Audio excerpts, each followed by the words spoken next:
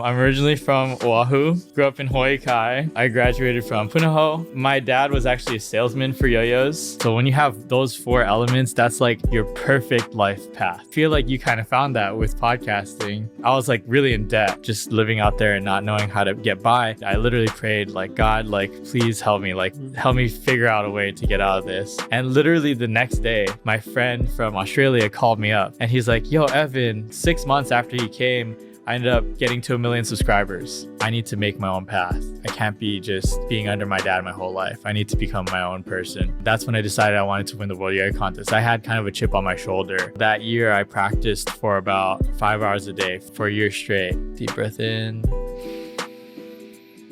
and release with a sigh.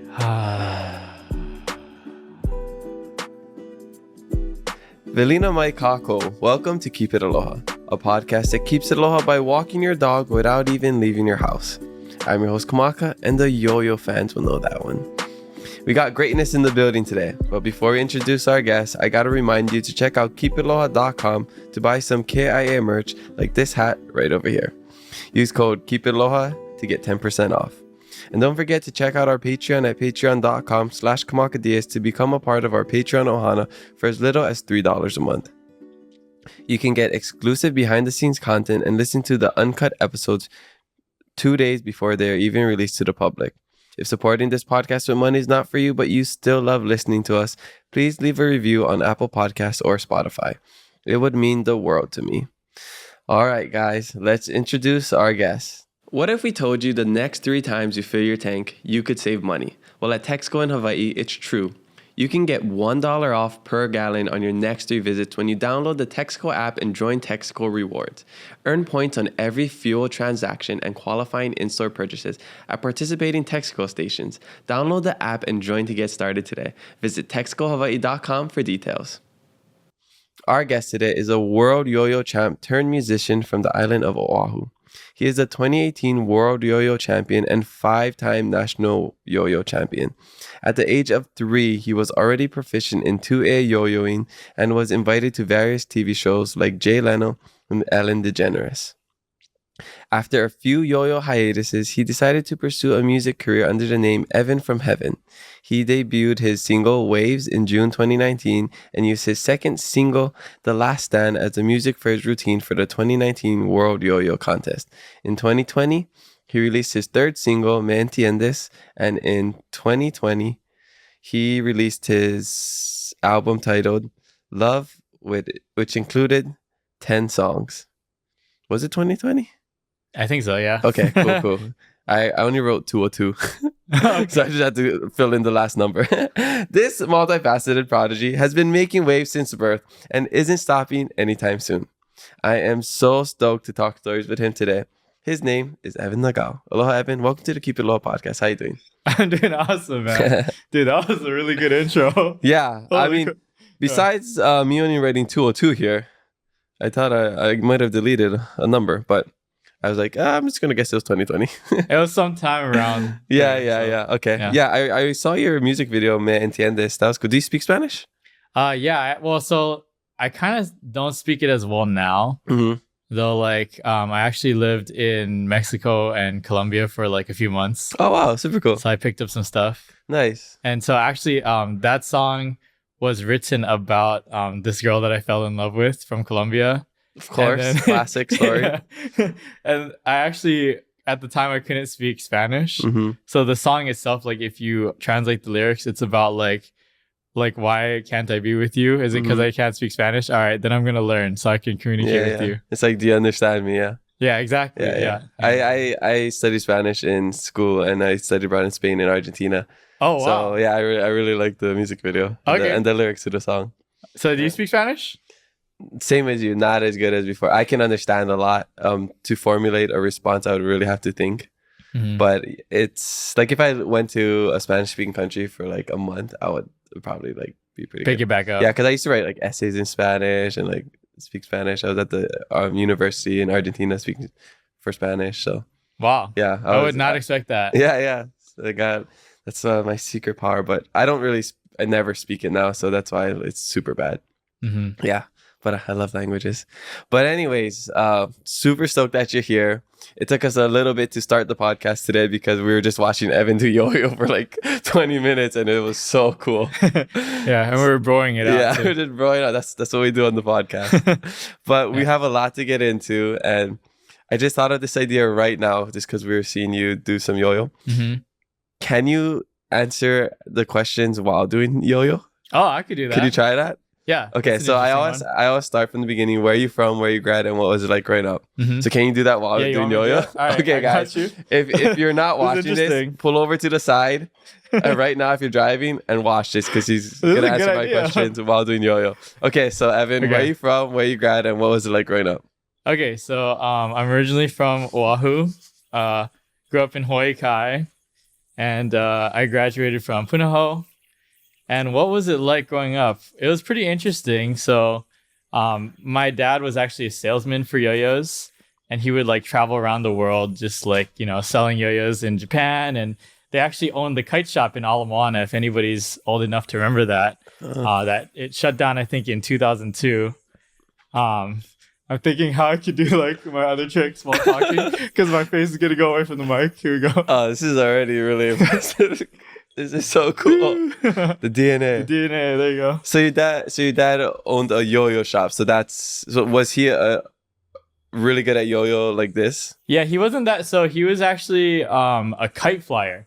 So actually, my dad was the kite flying world champion in like 1996. I want to say, or no, Wow. no, I think I'm getting that wrong. Not in the 80s or something. Okay.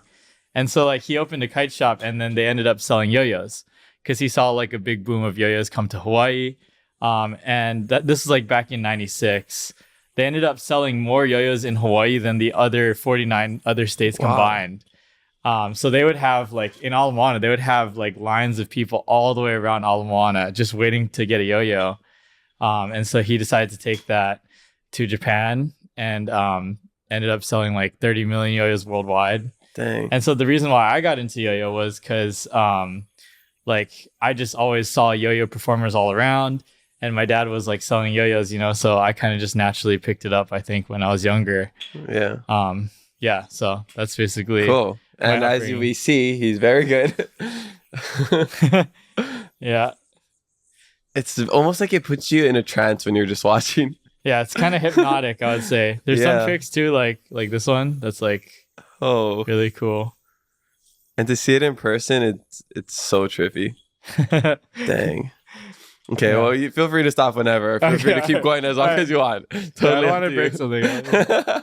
Well, that was impressive that you could just talk while doing that. I would have to focus so hard.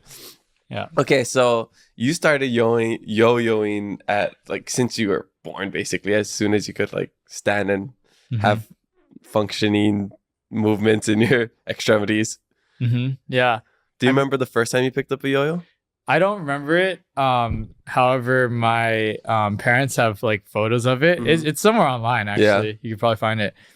I guess like I don't know. I was like coming.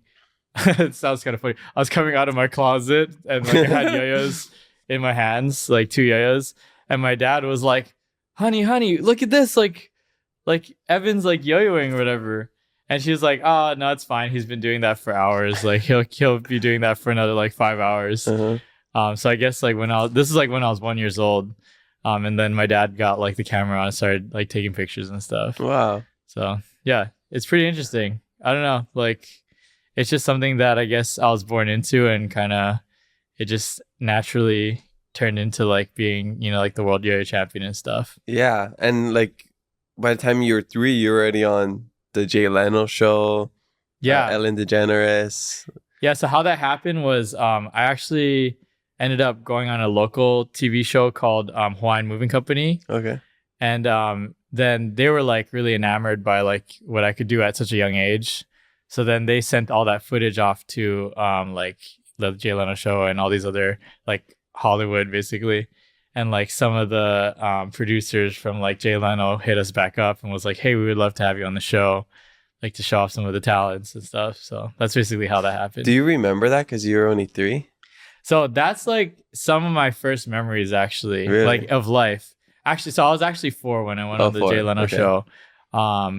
I pretty vividly remember getting picked up in a limo, like when we were there, and then I remember that they had like so it was like this limo with like an ice box in it, like this like icebox fridge in between the seats, Mhm. and so like there was like a chauffeur guy that had like pulled out a bottle of, I don't know, like champagne or something for my mom, and then they had like a bottle of like apple cider for me because I was like really young. Yeah, I remember some of that stuff. Dang, that's cool. It's really patchy though because I was so young, you know. Yeah. So besides yo-yo, did you have any other interests growing up, or was it like you were a prodigy and then this is what you do every single day, right after school, before school, maybe even at school? Yeah, I mean, I definitely did it a lot when I was like really young. And then once I got into school, I think my life became more revolved around like just friends Mm-hmm. and just like school and stuff. And so from that point, the yo-yo kind of fell out of my life. It kind of faded out for a little bit. And then after a while, I realized that like I still had a really strong love for it. So then I just started doing it again. And it never became like a career or anything until like later in my life though. So yeah, that's an interesting story. I don't know if you wanted to get into that. Oh, this is your episode. We're here as long as you want to be. We got hours to talk. All right, yeah. So so it's interesting. So when I went off to college, this was like I graduated in 2014. My mom was like, "All right, so what are you gonna do?" And I was like, "I don't know. Like I have no idea." You know, so she's like, "All right, well, you're gonna go to college." So I went to Whittier College. Oh, my stepdad went there. Oh, really? Yeah. Oh. Okay. Yeah. In California, right? Yeah, in California, in SoCal. So yeah, so I was like, "Mom, I really don't want to go. Like, I really, really don't want to go." She's like, "Well, you don't have any other ideas, so you're gonna go." Mm-hmm. So I was like, "All right, whatever." So like, it's like about a semester in, and like literally, I was so bored. Like, I was like, "This is not it. Like, for sure, this is not it." Like, I remember I was just like playing yo-yo in my room like all day. And just like I wouldn't go to class, I didn't study or anything, and I was just like, I feel so bad because like, you know, my parents are like supporting me financially to go to this school, and I just am not taking advantage of it. So I was like, "Mom, like listen, I know you wanted me to go, though, like this is not my path. Like I know for sure this is not my path." So she's like, "All right, well, like I'll let you like, you know, drop out, but you have to like figure out what you're gonna do. Like you're not just allowed to just, you know, come home and just sit on the couch or like, you know, do like some menial job. Like I want you to figure out a purpose for your life." So I was like, "All right, I'll figure it out." And like shortly after that is when I got connected with Yo-Yo Factory, which is like the company that sponsored me. And then I got like my own signature yo-yo line.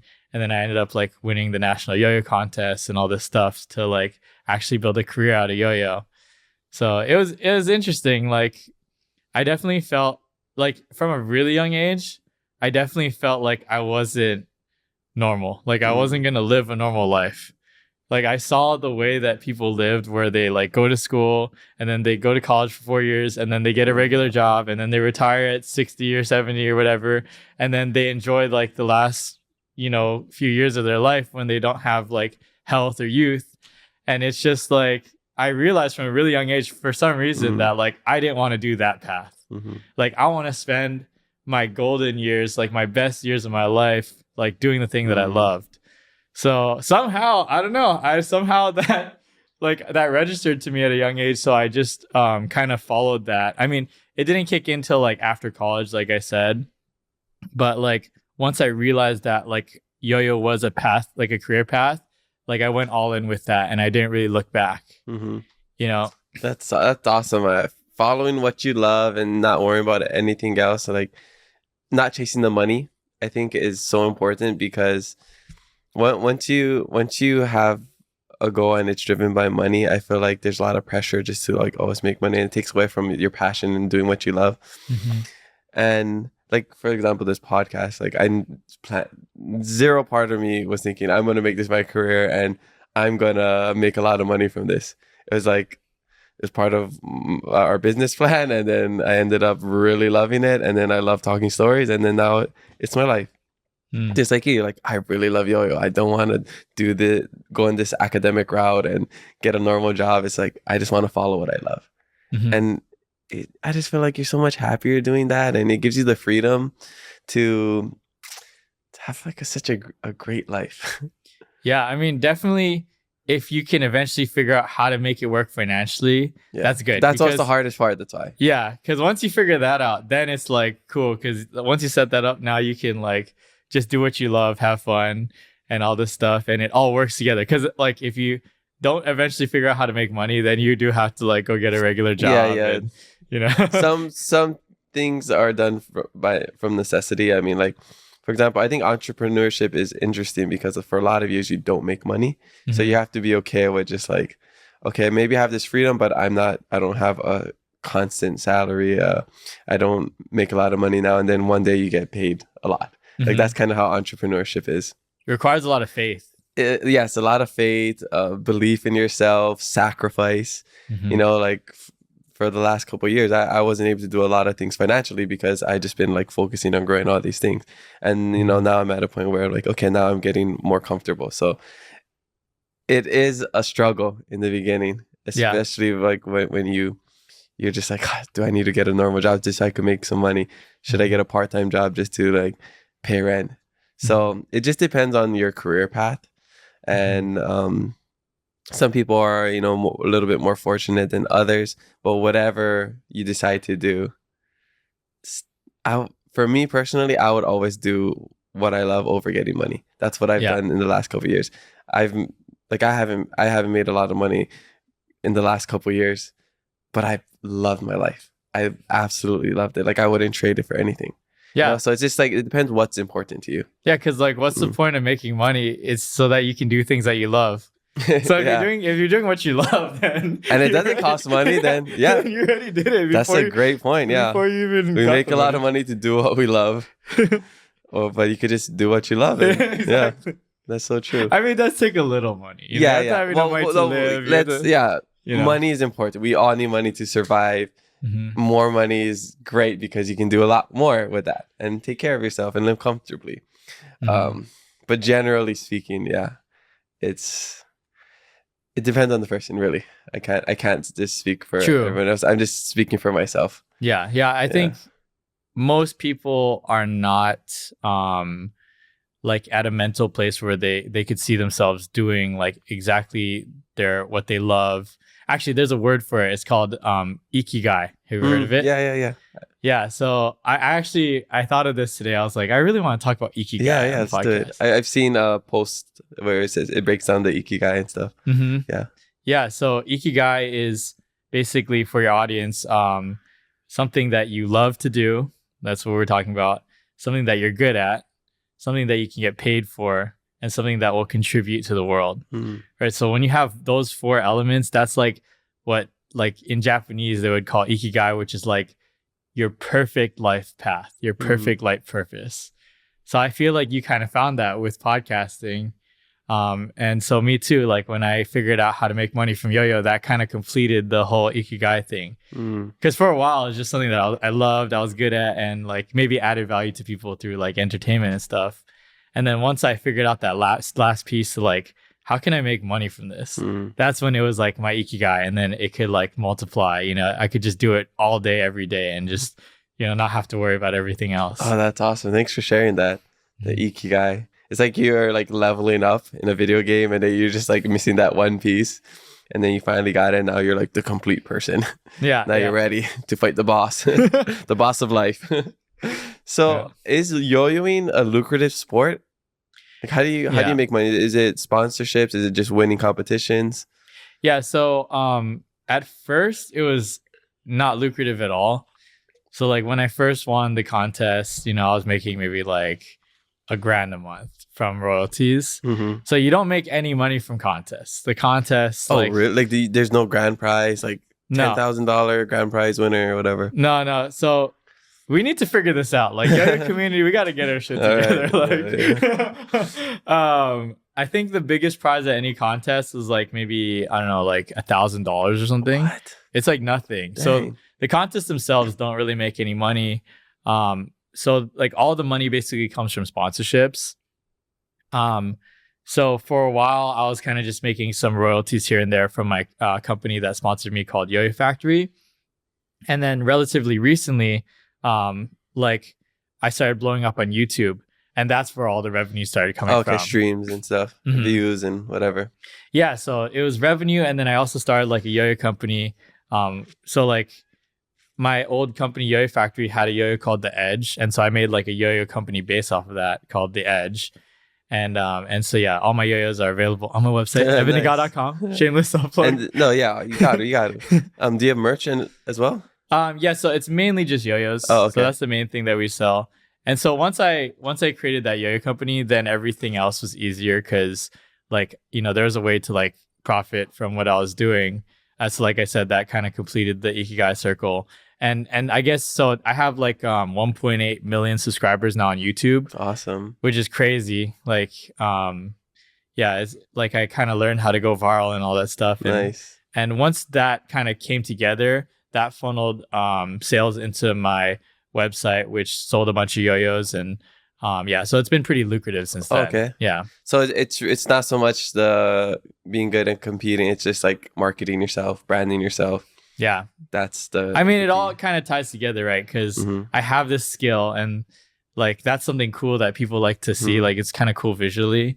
So I think that you know, just having kind of like the marketing side of things combined with the skill that I've already created kind of helped it to like just go viral and stuff. Yeah. And did you learn all of that on your own, or did you get people to help you, like partners and stuff?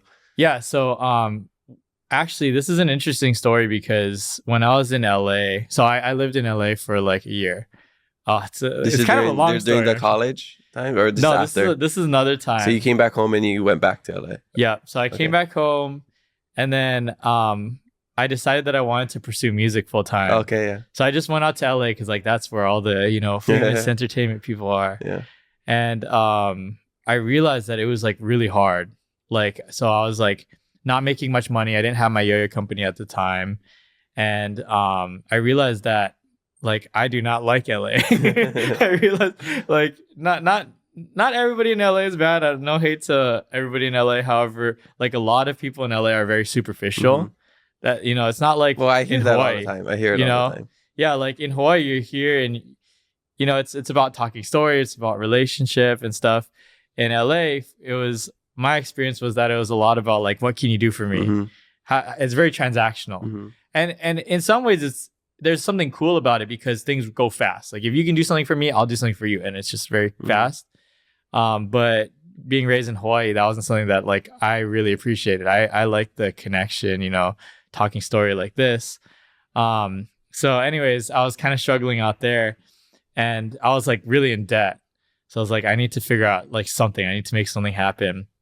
And I actually like was kind of depressed for like a while, like just living out there and not knowing how to get by. So I like prayed. I literally prayed like at the bottom at my bed, and I was like, God, like please help me, like help me figure out a way to get out of this. And literally the next day after that, my friend from Australia called me up, and he's like, yo, Evan, like I'm coming to LA. Like, I don't know, do you have a place to stay or something? I was like, yeah, you can stay at my place. So my friend, his name's Brandon Vu. He was actually a YouTuber. He had like, I think 300,000 subscribers at the time. And so I didn't know it at the time, but like he was like my saving grace because he came over to LA and he taught me everything he knew about YouTube and the algorithm and everything. And it just was like, it was kind of surreal to me because I was like, I mean, we know like the power, like I know the power of like prayer and like the power of, you know, asking for support or asking for what you want. Though like that was like something that I wouldn't have expected, like that he would fly over to like come support me like that. And so within, I think like 6 months after he came, I ended up getting to 1 million subscribers. In 6 months? In 6 months. Wait, what year was this? This is 2022. This is only 2 years? Yeah. 2 years ago? Wow. Yeah. So it was crazy. Like he taught me everything that I needed to know, and I just banged it out because I really needed to make it, you know? Yeah. So you just, you're posting like clips of you doing yo-yo? Yeah. So I was just like a lot of it was yo-yo challenges. So somebody would ask me like, "Oh, can you do the DNA?" Oh yeah, that like the trick. clips you post on your Instagram. Yeah, And your TikTok. yeah, exactly. So they would ask like, "Can you do it with 3 yo-yos or do the DNA with 3 yo-yos?" And then I would do it, and like Oh, and that was kind of the formula. that was the formula at the time. So yeah, so that's kind of what sparked me like kind of creating my business and making it financially, making it work financially, and getting to 1 million subscribers on YouTube. You got the plaque, yeah, that they send you a plaque, right? Yeah, Yeah, I got the awesome. gold plaque, the gold play button. So I think there's like a lesson to be learned from that though, for me, because I think sometimes like you just got to take the risk, to do something. And like a lot of times your success comes out of desperation, where it's like you need to make something happen. So that was the case for me. I'm not saying everybody like go quit your job and like fly to LA and live there and whatever. However, for me, I think I needed that to like that kind of like drowning feeling for me to finally be like, all right, I need to figure this out, create a business and make it work, Yeah, that's cool. One thing that I've learned was that people are motivated by two things. It's desperation and inspiration. So desperation was your motivation.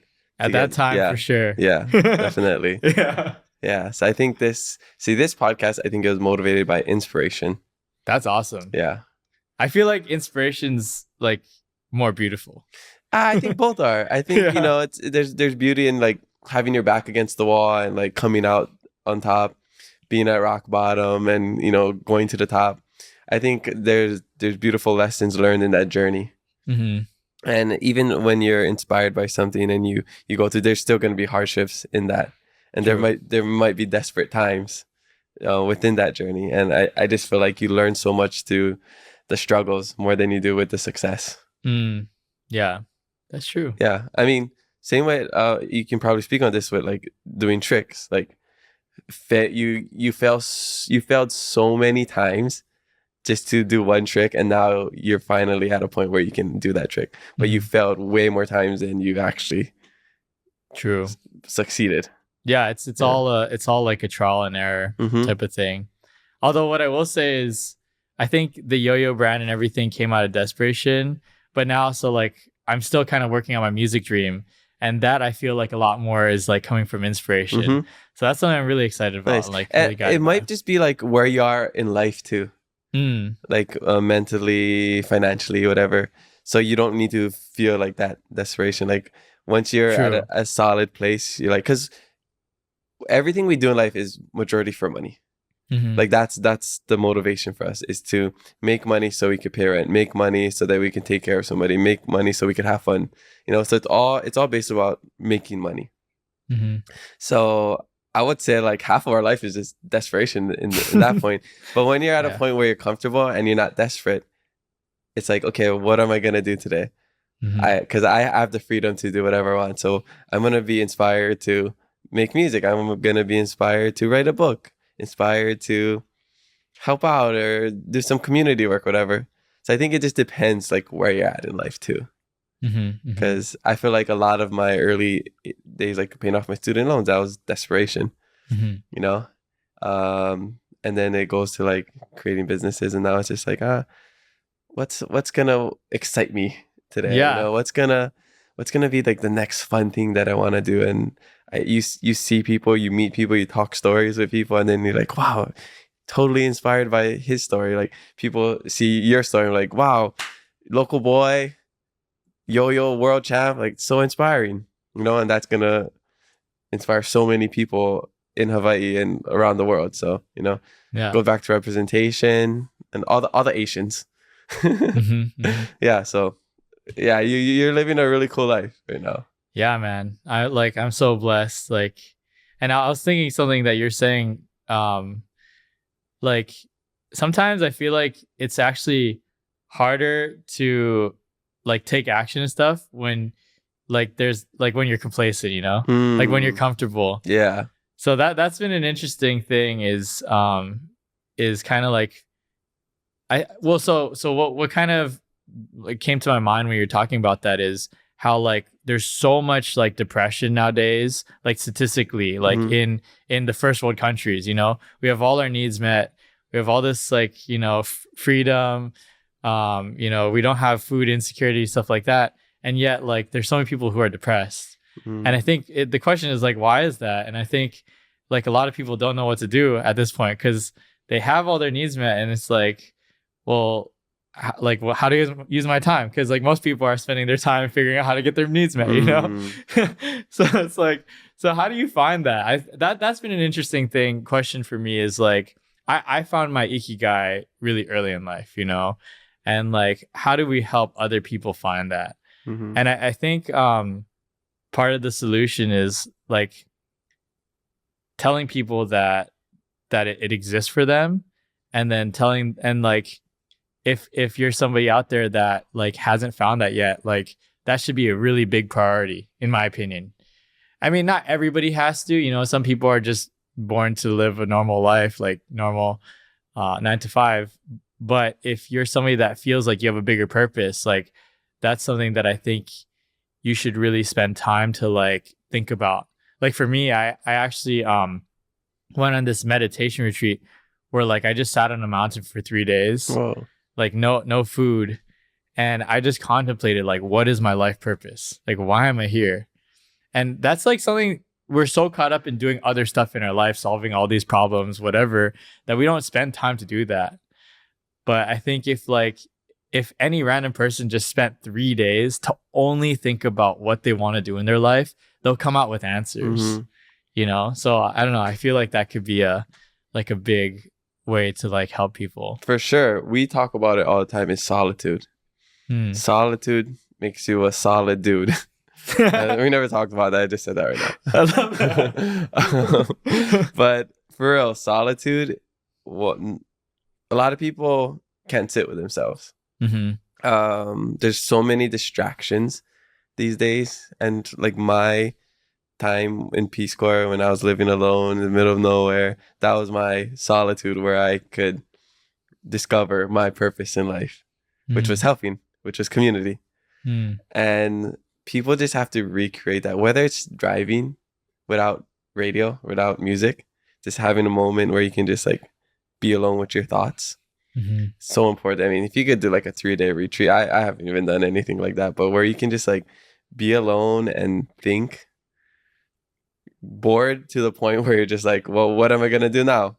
I guess I just have to talk to myself in my head, stuff like that.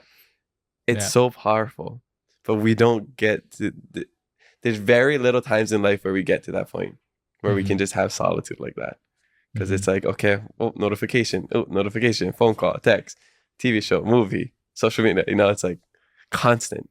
I've been finding myself recently just putting my phone and my computer in a different room before I go to bed. Nice. So when I wake up, it's not like the first thing you do. Because they're so automatic, right? It's just like, okay, who messaged me on Instagram, who, whatever, who texted me or whatever. And then we forget, like, hold on, like there's a moment that we need to go inward and check in with ourselves. Because it's like, how do I feel? What is like, really the question is, who am I? What is my purpose here today? Right. And so if we don't ask ourselves that question, then we're just going to be living on automatic, constantly like responding to things. And that's okay to live like that. But for me, it's like, I want to live like a life where I'm directing my future, so I always want to I always spend like my mornings just to like really think about, okay, what is my direction that I want to go today that will lead me to like, the dreams that I have in my future. Wow, it makes me think that majority of people are living like reactive lives instead of proactive lives. It's like that, and then it ties into the desperation stuff. It's a reaction to having to make money instead of like waking up. Okay, what is my purpose? What do I want to do? Well, what am I going to be proactive about? So, and even when you're living reactively, like I won't say that I'm completely proactive. I live reactively. Well, I think it's in waves. But even if you are living reactively, I think just spending like 1 hour a day to like really think from a proactive standpoint, like can be so valuable. Because it's like, it's like you just have that 1 hour to really connect to yourself. And then now that can plant the seed of like, okay, maybe one day in the future, I want to, become like a travel cinematographer or whatever it is for you, whatever that, Mhm. and it's like, then you can start planting that seed. So now when you go to your job, you're working from a place of, okay, this is my future. So like, what am I going to do today to create that? And then all of a sudden you'll start to realize that like you'll just run into people and it'll be like, hey, like I'm also a travel cinematographer. Or I have this opportunity that connects with that. So if you never even sit down to think about what that future is for you, then those opportunities never make themselves apparent to you. Super cool. I mean, I just met you, but I didn't know that you're so introspective and like spiritual like that. It's super awesome. Yeah, I mean, Where does that come from? So I think when I was younger, so I'll start. Like the story goes way back because my parents are both really spiritual. My parents both took this course called Sai Seminars, which is like a personal development seminar, and so I was like, this is before I was born, so I was kind of born into that. And then my dad taught me how to meditate when I was like 15 or so. And since then, I'd pretty much been meditating like every day of my life since then. And there's one moment that I can really recall that was like really powerful. So I was at this meditation retreat, a different one from the mountain one that I was talking about. And basically you meditate for like 16 hours a day, every day. It's like monk stuff. Yeah, it was like monk stuff. And that's funny because that's related to my band, because my band, we call ourselves Modern Monks. Oh, okay. So anyways, it's like a Jay Shetty's book, How to Think Like a Monk. Yeah, exactly. But not actually be a monk, Yeah, exactly. At this meditation retreat, it was, so like I said, I was meditating for 16 hours a day, every day for like 3 days straight. What does that look like? Like, just like, is it literally sitting down? Is it lying down? Is it? Yep, literally sitting down in your seat, and then they tell you to go through these mental processes. So like you're focusing on your breath first, and then you're listening with your inner ear, like to your intuition, and then you're seeing with your inner eye. That's like vision, right? And so by the third day, I had gone into this crazy transcendental state where my thoughts were moving so rapidly. Like I was thinking like 1,000 thoughts per second. And then all of a sudden it felt so overwhelming. And then there was a moment of breakthrough. And on that moment of breakthrough, I became one with the universe. Complete, just like nirvana, just like peace. And I didn't exist. I wasn't a human like Evan in this human body. I just became consciousness, became aware of that everything is one, and that all this belief in all these separate objects is all just an illusion. And I realized that it was all just this light, this oneness, this light. I became one with God. And so that wasn't actually the most interesting thing about the meditation, because that was part of the meditation where I broke through and had this divine sense of the most peaceful experience you ever experienced. And not just peaceful, like the most truest experience you ever, like you know the feeling of when you hear a quote and it's like, wow, that's really true. That slaps. That slaps. Yeah. That I felt that to the deepest possible level, like ever. It was so deep in me. But like I said, that wasn't actually the coolest part of the experience, because what happened was I was in this completely other realm, kind of like the other side, you would say. And when it was time to come back to my body, that's when I realized a lot about reality. Because so the instructor started talking, and he's like, "Okay, time to come back to your body, whatever." I started slipping back into reality, and he said, "Okay, it's time to open your eyes." And I had, like moments ago, I was just pure light, right? Once like I opened my eyes, I like saw reality form into place. It was like reality just went like in a Doctor Strange kind of movie where it's like comes together. Exactly. Yeah, like Doctor Strange is like, and by the way, we didn't do any drugs. This is like all natural. It sounds like an ayahuasca trip. Exactly. And I've actually experienced ayahuasca, so I can relate to that. But this one was on no drugs. It was just completely sober. And when I came back to my body, it felt like the wave function collapsed. So do you know about like the double slit experiment? No. Okay, so this is crazy. So it's awesome. Yeah, so essentially what the double slit experiment shows is that particles will behave differently when they do their own thing versus when they do their own thing and you observe them. Okay. So if I don't have the time to really explain the whole point of the experiment, but essentially what happens is if you don't watch the particles as they're going through this slit in a wall, like there's like this paper and they shoot particles through the slit, they'll just show up as a normal like pattern, right? But if you watch, okay, so sorry, I got this wrong. So if you don't watch the particles as they go through these slits, they'll show up as a wave pattern where the particles will be all spread out at the end. If you watch the particle as it's going through the slit and see which direction it's heading, it'll show up only in that spread, directly in front of you. So the point of this experiment is showing that our perception affects reality. Just us seeing something makes it different. So when I went to open my eyes after this meditation, and this is like kind of like high level spiritual stuff, so maybe it's like totally going over people's heads. No, I love apologize if like I'm not explaining this really well. However, when I opened my eyes, I saw the wave function collapse, and I realized that reality is all just our perception. It's all manifested from the brain. And that's when I started to realize that like we can create whatever we want if we are really clear about it. So that was like the coolest part. That's so cool. Yeah. Yeah, I've had somebody else on the podcast talk about his ayahuasca trip and like what he learned about it, and kind of it was like more of like flushing everything out, getting rid of the bad stuff. But I've always thought like there's different ways to get to like nirvana or like have that kind of like spiritual trip. Like you could take shrooms, you could do ayahuasca, or you could meditate, because you can get to the same point but like just different routes. So what was the difference between like the meditation and like the ayahuasca? Yeah, so with the meditation, so I'll say this, when I was on ayahuasca, I definitely felt like I crossed over to the other side a few times. But it was really intense and harsh the whole way through. With meditation, so it was like with meditation, it was very human, very like natural. It was like, I belong here. I belong on this path of awareness, right? Whereas with ayahuasca, it's very alien. It was like, wow, this is crazy. I'm learning a lot, but it's like, it feels like kind of strange and weird. And I think ayahuasca felt like I was being wrung out spiritually, like all my impurities were just being squeezed out of me.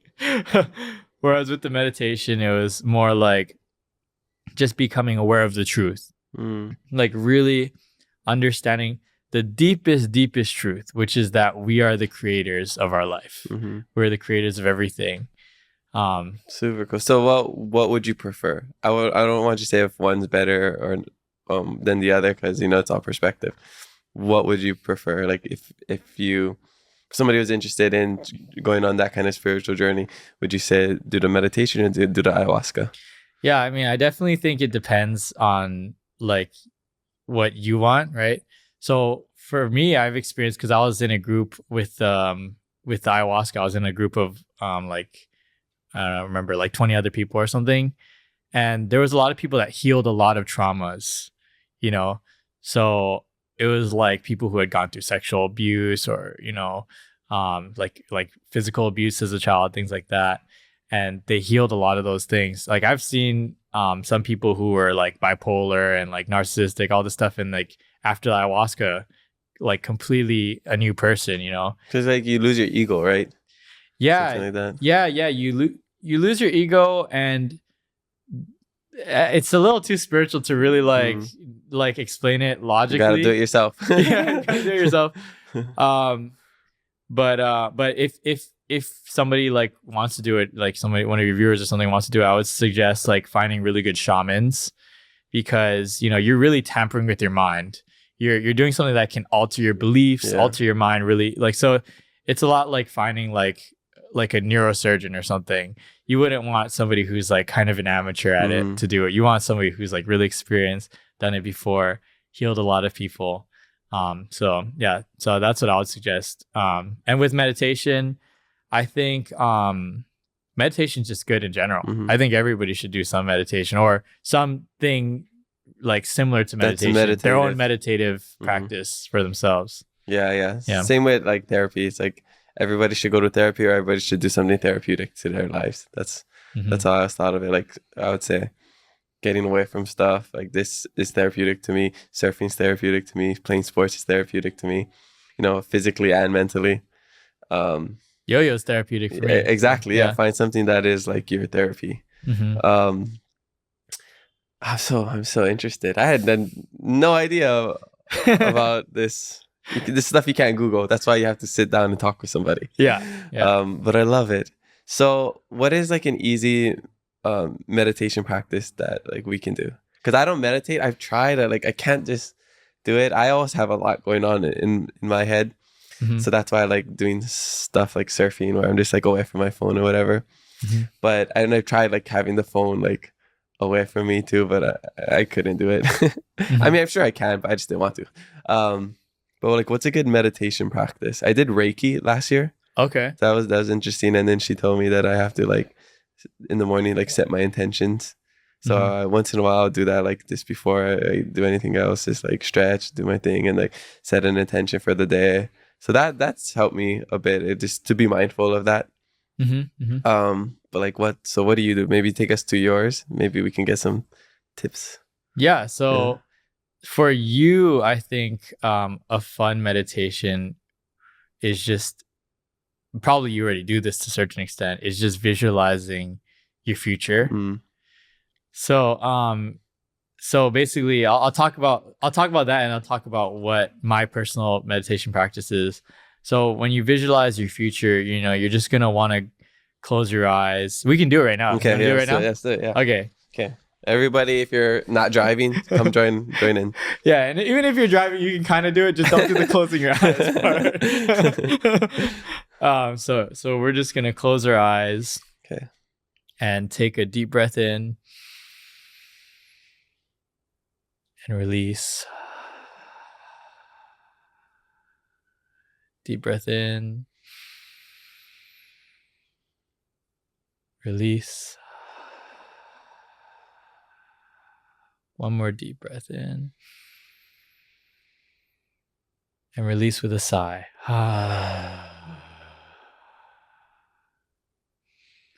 So now we can just continue breathing normally and give our body like a chance to just relax from the head to the toes. And as we relax our body, we just can feel the tension in our back releasing, tension in our jaw releasing, tension in our stomach releasing, arms, hands, legs. And so now we're going to drop down into a chair. Imagine that we're sitting in a chair in a big open field. And while we're imagining that, we see a big screen, like a projector screen, coming down from the sky. And all around it is dark lights. So like a screen, and all around it, bordering it, is dark lights. So on the screen now, we're going to see the way that things are happening in our current life, maybe that we don't like. So whether that be,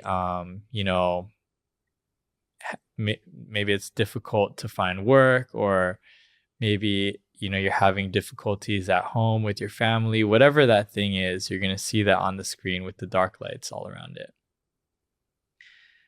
And so in a second, we're going to imagine a giant switch, like a giant light switch next to us on our left side. And we're going to, in a moment, flip that switch on. And when we flip the switch on, it's going to turn all the dark lights bright, like very, very, very bright all around the screen. So let's do it. Let's switch that light switch on. Switch. And now there's lights all around the screen. And now we're visualizing the perfect end result. So whatever the difficult thing that you were experiencing with the dark screen, now you're seeing it resolved. So let's say that's a difficulty. You maybe were arguing with your mom or your friend or something. Now you see that you're hugging your mom or your friend, and that relationship is resolved. Or if you're having a difficult time getting clients at your business, now you see tons of clients coming in into your business easily and effortlessly. For me, I see myself performing on stage at the Waikiki Shell with over 1,000 people. It's so fun and exciting. And we see it with the bright lights. The bright lights are getting brighter all around the screen, and we see the perfect end result. So maybe for Kamaka, he has, The Rock on his podcast. Yeah. And it's so cool that he's got The Rock. And now his podcast is getting a lot of, exciting legitimacy and going around, all around the world. And people are really recognizing the importance of Hawaii and the importance of our culture and of the service that he's bringing. Right. So now we're going to just feel into that for a second, feel what that feels like. Like, what does that feel like to perform at the Waikiki Shell in front of over 1,000 people? What does that feel like to be interviewing The Rock, and that video is, getting millions and millions of views and really making a positive impact on people worldwide? So we're just going to feel into that for a second.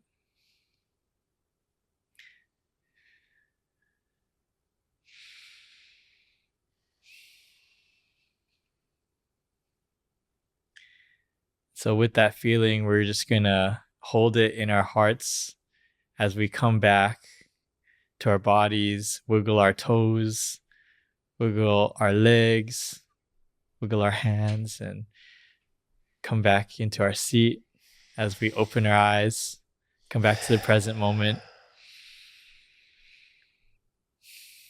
Yeah, so that's the visualization meditation. That was awesome. I felt relaxed, and as soon as you mentioned The Rock, I was like smiling and like, oh yeah, that's cool. My visualization was me not being injured. Oh, okay. And just like breakdancing. I don't know how to breakdance, but like I feel like if I was super healthy, I could breakdance. So it was like me doing windmills and stuff. And like, oh, that's awesome. Yeah, running around and doing parkour and stuff. Oh, that's so cool. Yeah. Wow, that's cool. It reminds me of like yoga, when like the instructor's telling you to do all of that. Do you do yoga? I've done it a few times, though I never really got super into it. Yeah, but it's more this like the meditation aspect of it. Yeah, that was cool. I hope everybody had a really cool experience with that. Yeah. Have you taught it before? Because you were so good at it. I haven't really taught it like in a serious setting. Mm-hmm. I've done it with friends and stuff just to support them, But yeah, so that's the visualization meditation, which might be good for you because your mind's always wandering, so it helps you focus on something. That was good because I wasn't thinking about anything else except what you're talking about. Awesome. There's probably guided stuff on YouTube as well, right? Yeah, absolutely. Yeah. And so like the whole point of this, and I actually learned this from Sai Seminars, which was the seminar that I was talking about that my parents took. That particular visualization is to help you to manifest your future. Because what happens is like when we can see, like visualize the thing that we want to create in our future and then put an emotion to it, that starts to draw it towards us. And I don't know exactly, I don't want to get into the details of how that works. Maybe it's that our minds are more open to opportunities that will lead us in the right direction or whatever it is. Regardless of what it is, from what I've experienced, like I remember visualizing myself winning the World Yo-Yo contest and holding my trophy. And I remember like thinking like, this is so cool, I won, like in my head, this is before I actually won. And I was like kissing the trophy, like, and I would see like, just everybody being so excited and stuff. And then I remember when I was standing on the stage and I had actually won the World Yo-Yo contest, I was like, oh my gosh, I totally visualized this. I manifested it. And you hear that happen a lot with athletes and in other careers as well, where they're like, I dreamt of this moment, That's so cool. Yeah. The power of the mind, power of belief, all of that. That's awesome. Man, it's just surprising. I thought you're just like a yo-yo guy. You're just dropping all these gems on us. Yeah. That's so awesome. So before we get into the social media fan questions, I'm going to take a shishi break because I can feel the shaka tea running through my body. Tell us how you got into you went from yo-yo to music and like where you're at now, and then the Waikiki shell. You want to promote that a little bit? Yeah. So I'll talk about that. So actually, this is something that I've been visualizing recently a lot. So I almost feel like I manifested you Nice. reaching out to me. So basically, when I was on that mountain retreat, the first one I was talking about, the one where I was visualizing or thinking about my purpose, I started writing down like my 5-year dream at the time. And one of the things that like went on the paper was that I was going to be participating in music. I was going to be a musician. And at the time, I like had hardly even picked up an instrument. You know, I'd played a little bit in high school, like just casually, but like nothing serious. So it was almost weird that I wrote that. And it almost felt like it didn't come from me. And so at the time I kind of wrote it off. I was like, okay, that's just some crazy thing. I don't know why I wrote that. It's silly. And then like now, like fast forward to now, I've, the last few years, I've been really like, something's been calling me towards it and I just like can't avoid it. So then I started learning like guitar and making some music. And so we're now throwing a concert at the Waikiki Shell. Nice. We just booked it. So June 15th. Congrats. Yeah, I'm so excited. So it's going to be on June 15th and it's going to be a benefit concert. So I was telling you earlier that we're going to be supporting a few organizations. Puhonua Owainai, which is run by this lady named Twinkle. I'm sure you know. I've heard, Twinkle Borgi. I think so, yeah. Borges, I think. Yeah. Somebody mentioned her name to me before. She basically runs like they call it like a houseless like community out in Waianae, and this is to help like support them, give them some infrastructure. So we're gonna be supporting them, and then we're gonna be supporting Ho'olanapua, which is basically an organization that helps women and girls who are being sex trafficked, and helps to like rescue them and to rehabilitate them, and also like girls who are being sexually abused. So take them away from their abusers and help rehabilitate them and find them a better living. So those are the two organizations. And the third one is Friends of Waianae Elementary, which is a nonprofit run by one of my friends from the Sai community. And they basically help give infrastructure to like schools in Waianae to like help them to, lead better lives basically. So the concert is going to be June 15th. Kai Kenneth Scanlon is also going to be performing. Nice, it's at the Waikiki Shell. So if you look up waikikiamp.com, that's where the tickets are being sold. Oh, I gotta buy my ticket. Yeah. Awesome. So it's exciting. We're going to be performing. And if you want, I can also like do a little performance here too. Yes, please. Yes. Well, first, so this concert, is it like multiple people? Is it just you and your band? Are you doing yo-yo? Is it like a variety show, or is it just music? Yeah, so it's gonna be so Kai Kenna and me and maybe one other opening band. We haven't like figured that out yet.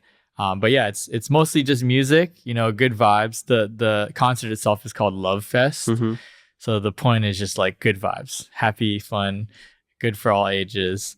And then I'll be also bringing out my yo-yo, busting out a little bit. So it's like a full-on like entertainment. It's just super fun. Okay, cool. June 15th. Mark it in your calendars. Yep. I got to do that.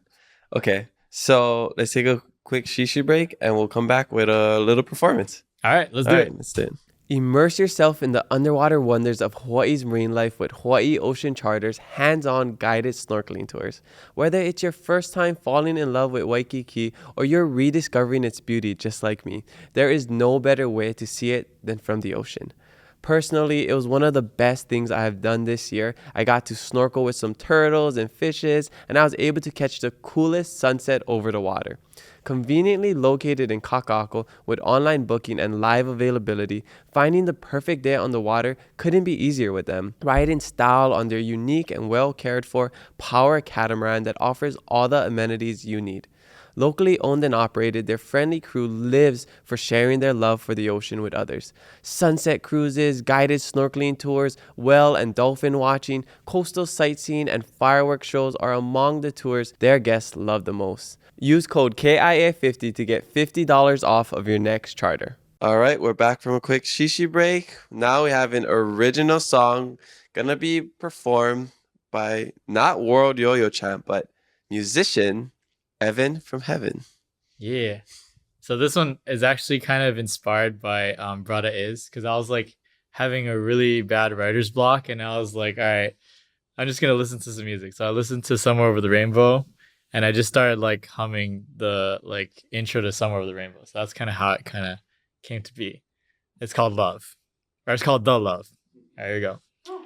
Love, love, love, love, love, love, love, love, love. It's love, baby. Take me to your loving place where I can see your face, and I'll know that everything will be alright. Take me to your loving place where all of the others stay, and I'll know that everything will be alright.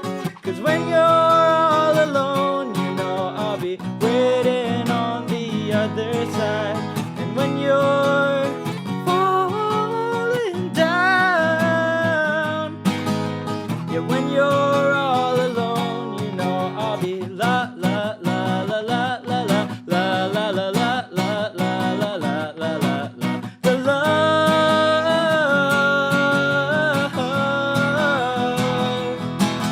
the love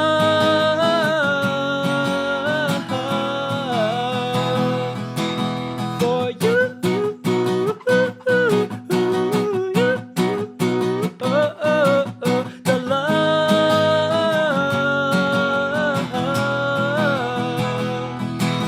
the love,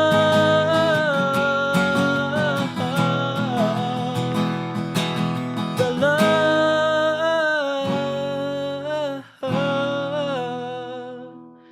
for you.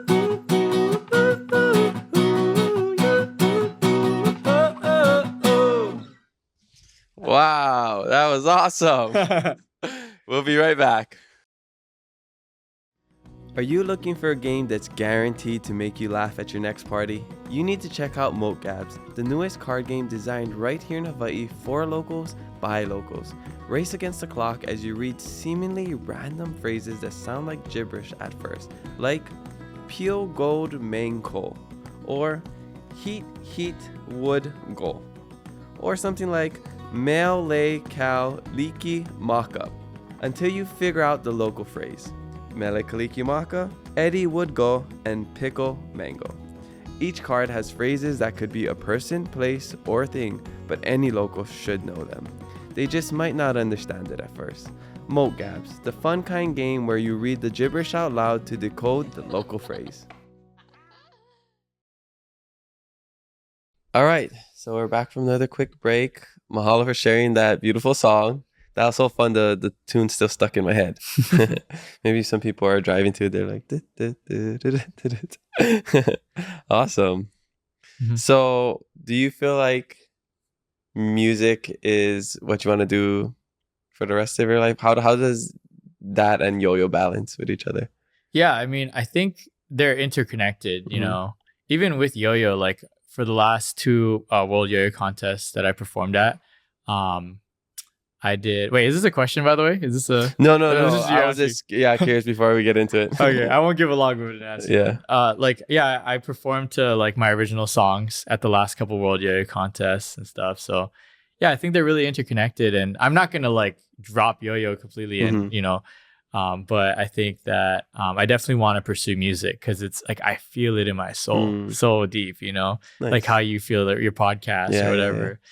Like, yeah. And when you got that feeling, you just got to run with it. Yeah. Yes. Yeah. It's like a love kind of thing. Mm-hmm. All right. So let's get into the social media fan questions presented by Texco in Hawaii.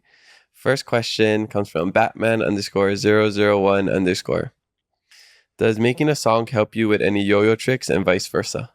This is an interesting Mhm. question.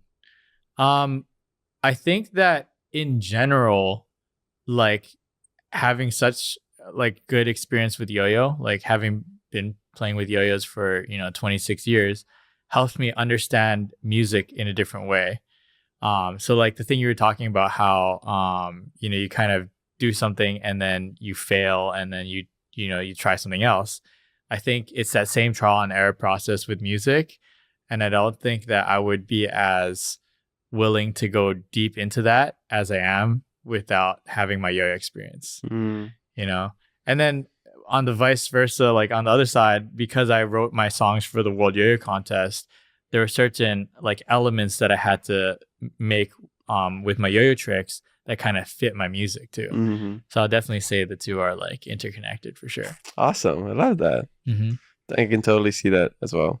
And how that you excelled in one facet of your life, it can translate to other things because you already have the foundation of hard work, all that stuff. Mm-hmm. Okay.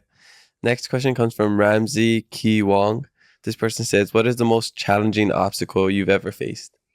The most challenging obstacle, I would say winning the World Yo-Yo Contest in 2018 was really big for me. Mhm. And it was actually a deeper obstacle than that because so up until that point, I had always kind of like worked for my dad. So I was helping him with his business and stuff. And there was a moment where I decided like I need to make my own path. Like I can't be just, being under my dad my whole life. I need to become my own person. And that's when I decided I wanted to win the World Yo-Yo Contest. I had kind of a chip on my shoulder. And so that year I practiced for about 5 hours a day for the whole year without breaks for a year straight, just to win that contest. And it was hard. Like it was honestly kind of depressing because I had to give up like friends, like most of my relationships. I didn't talk to them for a whole year. I had to give up like in a lot of ways, like my health, and like all these different things because I was only focused on yo-yo. Which in hindsight, I probably could have done it in a better way, Balanced way. more balanced way. Yeah. But I think that was tough. And the other tough part was when I finally won, it was kind of like how they talk about the people who went on the Apollo missions and they come back and it's like you did your whole life purpose and what do you do now? So there was a little bit of like that like post win depression kind of thing. Yeah. But then I got into music and that kind of helped me to you just needed to find another thing to be excited about. Yeah. And like another challenge, whatever it is. Yeah. I think of it like playing Pokemon because like once you beat like all the gym Elite Four leaders, and everything, yeah. Then it's like what do? Then you got to go get the next Pokemon game and then start over, or you reset, right? And then so that's kind of what I did with music. It's kind of like I'm starting back from ground zero again. It's fun. It's I love exciting. it. Yeah, I feel like I do things in like almost 2-year increments. Like this is exciting, okay, the next thing and then the next thing. But like I think for people like us, we always need something to like keep us going, something to look forward to. And when it's like something that you do so often, it can get kind of mundane. Yeah. So it's just something new and exciting, whatever it is. Yeah. Awesome. Next question comes from Suavecito808. This person says, how long did it take you to pick up speed with the yo-yo and to be so efficient? Yeah. So I've been yo-yoing for about 26 years now. And honestly, I think I just had a natural knack for it because when I was really young, I was already on like the Leno show and everything. Although I never really got to the world level until like 2017, 2018. And I think up until that point, it was all about fun. And that's what got me to the level that I needed to be to like have a chance. But then when I really wanted to go for the title, like I actually had to train like an athlete, So I would say, I don't know, I guess 20 something years. What does training look like for you? Yeah, so back in 2018, when I was really training for the World Yo-Yo Contest, I would just put on my song and just run through it, like the routine over and over and over again. Like how many times did you just throw a rough estimate? Maybe Oh, like total, I probably practiced that routine, I don't know, a few thousand times. Oh, that's crazy. Yeah. Gives us an idea of what it takes to be elite. I Yeah. definitely have done over 10,000 hours. I think Yeah. I think I calculated it one time. It was something like 25,000 hours or Yeah, I something. mean, you've been doing it for your whole life, basically. Yeah. Yeah. Which is where I give myself slack sometimes with like the music, right? Because I know that like with yo-yo I'm here, and with music I'm still like growing. And I realized like, yeah, I haven't put in that many hours. I maybe put in like, 1,000 or 2,000 hours in music. So it's still a growth process. Which is exciting because there's still so much. This is the worst we'll ever be at what we're doing. True. That we don't have the 10,000 hours. This is the worst musician Evan from Heaven's going to be. Yeah. Every year, every time you play, you're just going to get better. Even this, I probably like 2,000 hours of podcasting maybe. Dang, that's a lot still. Yeah, I'm just trying to go like 2 hours per episode. I got like 120 episodes, so. Plus, like the time you spend like doing the editing. Yeah. Looking back on it. But just like actual sitting down talking stories. But like I've been talking stories my whole life, so yeah, I got that part. But yeah, it's exciting to see like if we're already at this level, like how far are we gonna go in like 2 years, 3 years, 5 years? So it's exciting. I'm freaking excited. Let's go. Yeah. And same with you. You're gonna just keep getting better. You're gonna learn from all these other musicians, and you already got the stage presence, but like doing it with like a whole new skill set is like totally different as well. Awesome. Okay, this question, my stepdad just sent me this while we were podcasting.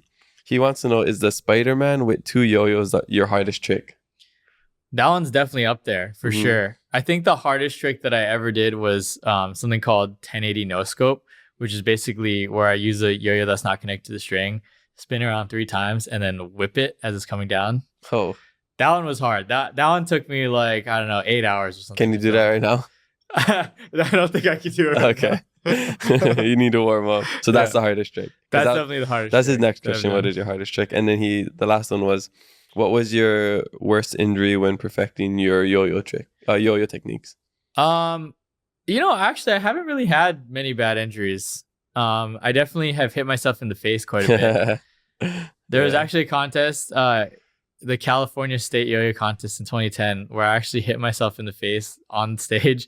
Like I hit myself, I did it like in the preliminary round, and then I was like, all right, I'm not gonna do this again. And then like on the finals, like at the same contest, I hit myself in the face again. It's pretty embarrassing. Hey, you live and you learn. Yeah. Okay. And these are from your followers that you sent me. Maybe we can do like a rapid fire because they're kind of similar. yospito.python_G says, will you compete at World 2024? We'll see. I haven't decided yet. Like I said, I'm focused on music. So the World Yo-Yo Contest is in August, and I'm still preparing for this Wiki Shell. So probably not, but you never know. Yeah, you never know. Okay. And then somebody asked, have you made your World Yo-Yo Contest routine yet? So probably not. Not yet. Okay. Yeah. And then, a lot of will you compete at Worlds, everybody's asking. This one's funny. Somebody just said, don't know. I guess because you said, ask me something. Yeah. They just said, I don't know. Okay. Thank you for that. Yeah, great question. Kenzo_LaFonda. Okay, this next question comes from Isaac_808_. What's the most important lesson that you've learned along your music journey? Ooh, wow, this is a good one. Ooh, you know what I realize is music is so powerful. Like it's more powerful than I think people realize, like as a vibrational tool. So an interesting thing that happened to me was I wanted to do this thing because I was studying all this stuff about spirituality. I wanted to write like an album that started off from the lowest frequency of emotions to like the highest frequency. So what I mean by that is like the lowest frequency of emotions are like guilt and shame. And then a little higher than that is like anger or fear and anger. And then pride and courage and love, joy, peace, right? So there's a spectrum of all these emotions.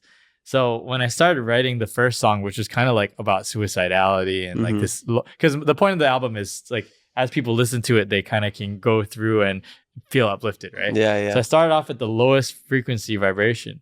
And when I started writing that song, the types of people that started randomly hitting me up, like messaging me through text or whatever, were people that I knew were going through like that emotion. So this random lady that I hadn't talked to for like 5 years, something, from LA, she was a porn star that I met there. And I know she was alcoholic, going through depression and really like having a lot of issues. She randomly like hit me up and was like, "Hey, I just thought of you randomly." And I was like, "That's so weird that you would just hit me up at this very moment," right? And that's when I realized the nature of frequency and how this all interconnects in our world. And then I started to make other music that were more like about love or about joy, having fun. And then the types of people that would talk to me or hit me up randomly at that point. And I realized that music is a portal into different frequencies of vibration.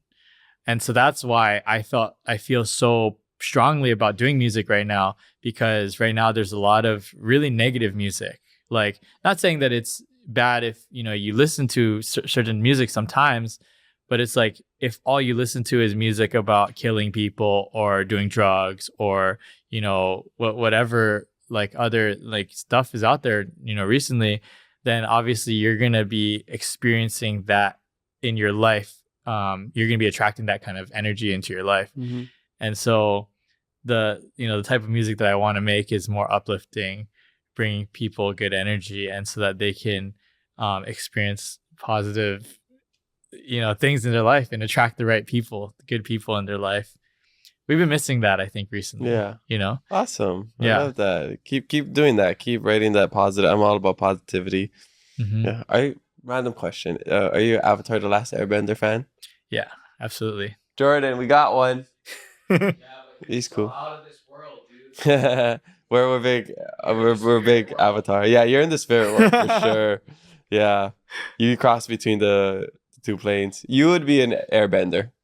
Okay, I'll take it. I could be Aang. Yeah, what do you think you'd be? I'm down. I think I'd be an airbender. Yeah, I think so. I'm Sokka. He's Zuko. Okay. All right. Let's do it. That's our. And then we just did a couple episodes ago with our friend Sam Potter and Leno, and we called it Team Avatar because we're all Avatar fans. So Sam, he's a filmmaker, like kawaii boy, so he's Aang, and then Leno was Toph, but he doesn't agree with that because Toph is a guy. Oh, am I too low or am I dropping down? That's so funny, dude. Avatar is so cool. Yep, we love. Did you see the live action? I didn't know. Is it good? It's people have been saying it's like, I like the CGI. There's mixed reviews. The casting I think is all right. It's just I wish it was a little bit more like not whimsical, like more light. Like they weren't as playful as like the cartoons were. They're more serious. But solid. I think they're solid. Yeah, and if you're a fan, it's just cool to see it live. Like the fights were cool. I thought the CGI was good. So yeah, if you have time, I would watch it. All right. Yeah, I'll check it out. Cool. That was just a random kind of thought. Okay, this question comes from Batman_001_. What material would you like to see a yo-yo made out of, even if it wouldn't work, like diamond or pearl? That was like if I had infinite money.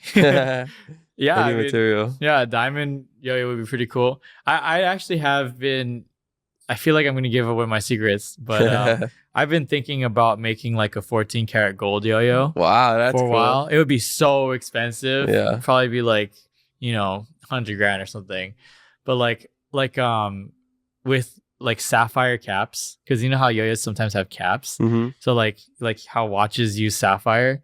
Like just to make something like a luxury yo-yo. Yeah, just a luxury yo-yo. Sell it for like $1 million or something. I don't know. That would be cool. There's definitely some rich guy in Dubai that would buy it just to say they have the most expensive yo-yo. That'd be cool. But I feel like it's like if you bought an expensive car, like I'd be afraid to drive. So like I'd be afraid to use that yo-yo. Yeah, I probably wouldn't. Yeah, I don't know. It would just be for the fun of saying that I made it. Yeah. Okay, cool. Well, stay tuned. But now maybe somebody's gonna make it before me. So no. Patent pending. Don't do it. Patent pending. All right. Yeah. We got it here. Right. You heard it here first. This will air before they release it, and we can use this in court. Oh, okay, true. Yeah. All right, we'll see. And we won't give you this footage unless you pay us. No. Oh, okay. All right. So you're in a kind of tough position now. All right. So don't steal the idea. Don't steal do it, so we can blackmail him and charge him to use this to defend it if you steal it. So actually steal it. That's what we're saying. Oh, okay. Yeah. Steal good it idea. so that he has to sue you, and then we have to charge him to get this footage to prove that he thought of the idea first. Wait. Okay. Okay. So you're profiting off of me. Yeah, totally, 100%. Oh, yeah. no. Oh I'm no, getting yeah, so- we're becoming friends, but like I don't know you that well yet, so I gotta take advantage. Oh, fair enough. Just joking. We got you. All right. Last question comes from, this is kind of a random fun question. Be the man D0. This person says fave celebrity. Fave celebrity. I think right now, currently, it's probably Steph Curry. Oh, nice. You a big basketball fan? Yeah. Oh, those got are the- those are Curry's? I didn't know that. Steph Curry is on. Oh, wow. Oh, I see. Okay, I see the logo. Yeah, on the side. SC. Dang, that's cool. Yeah, dude, he's just such a like good guy, you know. He's just wife and kids, like and Family man. and he's like 4-time world champion. The best 3-point shooter of all time. Yeah. So, and I'd argue, I have an argument that he's Okay. better than LeBron. Thoughts? In what way? Uh, we can have. I'm a sports guy, so we could have this. Yeah. conversation. I think. Well, so I won't say definitively that he is, but I think there's an argument to be made, and the reason why I'm saying this is because people just automatically are like, if you say that, it's like automatically like, what are you no talking way, about? LeBron's better. LeBron's number 2, MJ, then LeBron, then all these people. And where does Kobe fit? See, I think Kobe's ahead of LeBron Mm-hmm. because like Kobe has more rings, less finals losses. less teams. Yeah, less teams. Absolutely. So personally, like the people that say like LeBron, like argue for LeBron being the Mhm. GOAT, like that's just like delusional in my opinion. I think like longevity wise and like talent and what he's done for the game for sure up there, but I don't think he's had the same impact as MJ, Kobe, and Steph. Yeah. Because MJ was like the MJ, like the dunk. Like we know Michael Jordan. Like everybody knows Michael Jordan. Nobody's gonna be wearing LeBrons in like Yeah. 20 years. People And are then- gonna always wear Jordans. And then Just so you know. Kobe, just the Mamba mentality. Like when you shoot something in the trash can, you say Kobe. Yeah. You don't say LeBron. But maybe it could be a generational thing. I don't know. But and then Curry, shoot a deep 3. Curry, Yeah. he changed like the NBA in terms of like long range shooting. Mhm. LeBron's just like he's just an athlete. Yeah, that's the thing. Yeah. I mean, that's part of it is like he's such a freak of nature that he's Yeah. almost unrelatable. Well, Mm. MJ was too, though, so I don't know. Yeah, that's a good point. The unrelatable stuff, because I feel like everybody loves Kobe. Mhm. Just because he was just a beast. This like his mindset was unreal. Yeah. But I don't know. LeBron's been the way that he's still doing things in his 20s. I have to give him credit for that. Like I would still put him in like the GOAT conversation. Mm, You have to. It's like Yeah. it's the same with like Brady. Like he has all the rings. Like he might not be like the greatest athlete, like athletically, whatever. But like you gotta respect the game. Like people would hate on the Patriots just because they won a lot. People hated on LeBron just because he was so good. mm. But you gotta respect the game. I will say the 40,000 points thing is pretty nuts, Yeah. but I still wouldn't put him like in the GOAT conversation. So who's your top 5? Wait, so what is like GOAT? GOAT means number Greatest 1, right? of all Greatest time. of all time, right? Yeah. So I would say non-positional. non-positional. I would say ooh, this is tough. I would say definitely MJ for sure. Kobe. Oh, so not in any particular order. I think Tim Duncan has a really big argument too. I mean, people don't, talk about him because he wasn't like as impactful or influential off the court. But the dude has 5 rings, and who is he playing with? Yeah. Like Manu Ginobili and like Tony Parker. Yeah, exactly. So it's like, I mean, there's a pretty strong argument for his status at the top. I would go with Wilt. I don't know where Wilt is exactly. Mhm. Kareem. I mean, yeah. So I think LeBron's definitely in there somewhere, and Curry maybe top 10. Okay. But I mean, like I feel like LeBron kind of like puts himself in this GOAT conversation with Jordan. It's like it's not even close. Like, Yeah, it's just are you it's a like LeBron what. fan? No, no, Oh, okay. I'm a Steve Nash fan. Oh, really? Yeah, Oh, interesting. I never played basketball growing up, but I played basketball after college, and I never had like a team, so I liked players like Dirk Nowitzki, Steve Nash, of course, Kobe. So I would like support the Suns because of Steve Nash, and then he went to the Lakers as well. So more player fans. But yeah, I think it just depends on like if you're talking about like success in like rings, points, statistics, longevity, stuff like that. So I just feel like it's hard not to put LeBron in the conversations. I mean, he can have a Mount Rushmore conversation probably. Yeah. A GOAT though, I think MJ's way too ahead. It's like it's pretty hard to argue that. Like LeBron has to pass Kobe in my mind first to even like touch. He has MJ. 4 rings.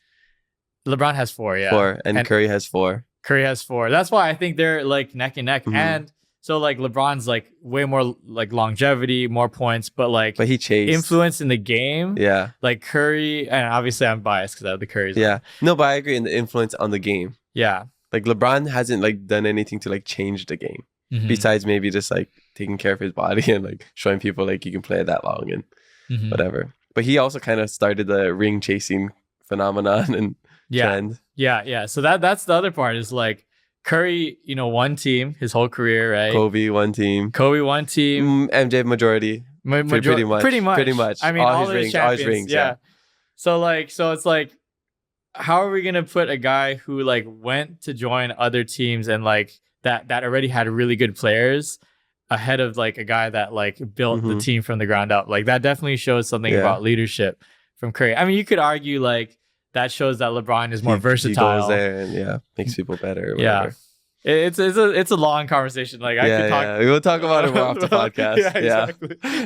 They're like, keep it Aloha. What is this? Keep it sports. All right. Well, sorry guys, but it was very important. It was very important that we talked about that. Mahalo everybody for the social media fan questions. Make sure you leave some for our next guest, and maybe your question will make it on the podcast. All right. So we're coming to the back end of the podcast. I'm having a great time. I didn't expect a lot of the stuff we talked about today to be talked about, so I love it. Unexpected conversations, but this question is very expected. I ask all my guests this question. This show is called Keep It Aloha, and I like to know in their lives, how do they keep it aloha? So in your life, how do you keep it aloha? How do I keep it aloha? I think it's so to me, aloha is about like the energy that you bring to a situation, right? And you can either, there's different ways that you can operate from. You can operate from, am I going to compete with this person? Like, am I trying to one up them or something? Or am I trying to add value to their life? And I think that's always the question for me is like, how can I add value to somebody's life? So, I mean, that requires a lot of thinking. It's like, it requires a lot of questioning, like, hey, what is going on in your life? Who are you? What is your purpose? What do you want? What do you want to create? And then from there, then it's like, is there any way that I can offer advice? Or is there any way that I can support you? Or maybe just like make your day a little happier. Like just have a good conversation, have fun, laugh.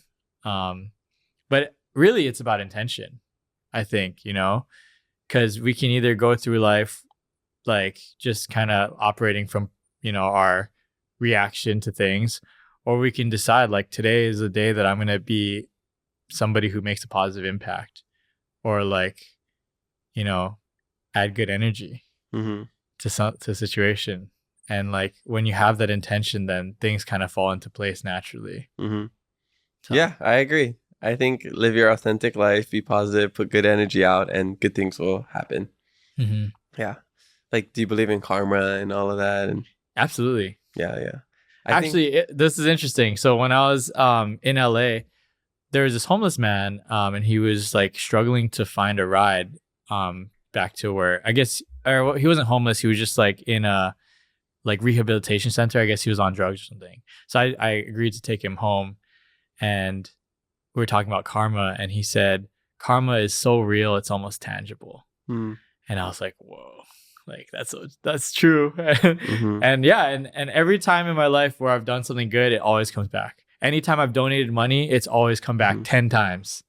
So I believe that. Yeah. That's I always give, because I'm, even when I don't have, I'm just like, yeah, it'll come back eventually. And it's not even like an expectation of it coming back. No. But it's just like at some point, like the world will balance it out. It'll figure it out, and you'll, I don't want to say be rewarded, but even there's a saying in Hawaiian, a Hawaiian proverb, "Auhe hana nele kuku," there's no work that doesn't get just rewards, you know. So I feel like everything you do, there's always some sort of thing. It's like a reciprocation of life, you know. And I feel like that's what Aloha is. It's like reciprocation, because like we do something out of Aloha, we don't expect anything in return, but in some way, shape, or form, it comes back to you. You know what else? What I realized is when I went to LA and I lived there, like because there was so little Aloha there, it made me reappreciate how much Aloha there is here. You know? It's like, yeah, you don't know what you got till it's gone. Yeah. Yeah, exactly.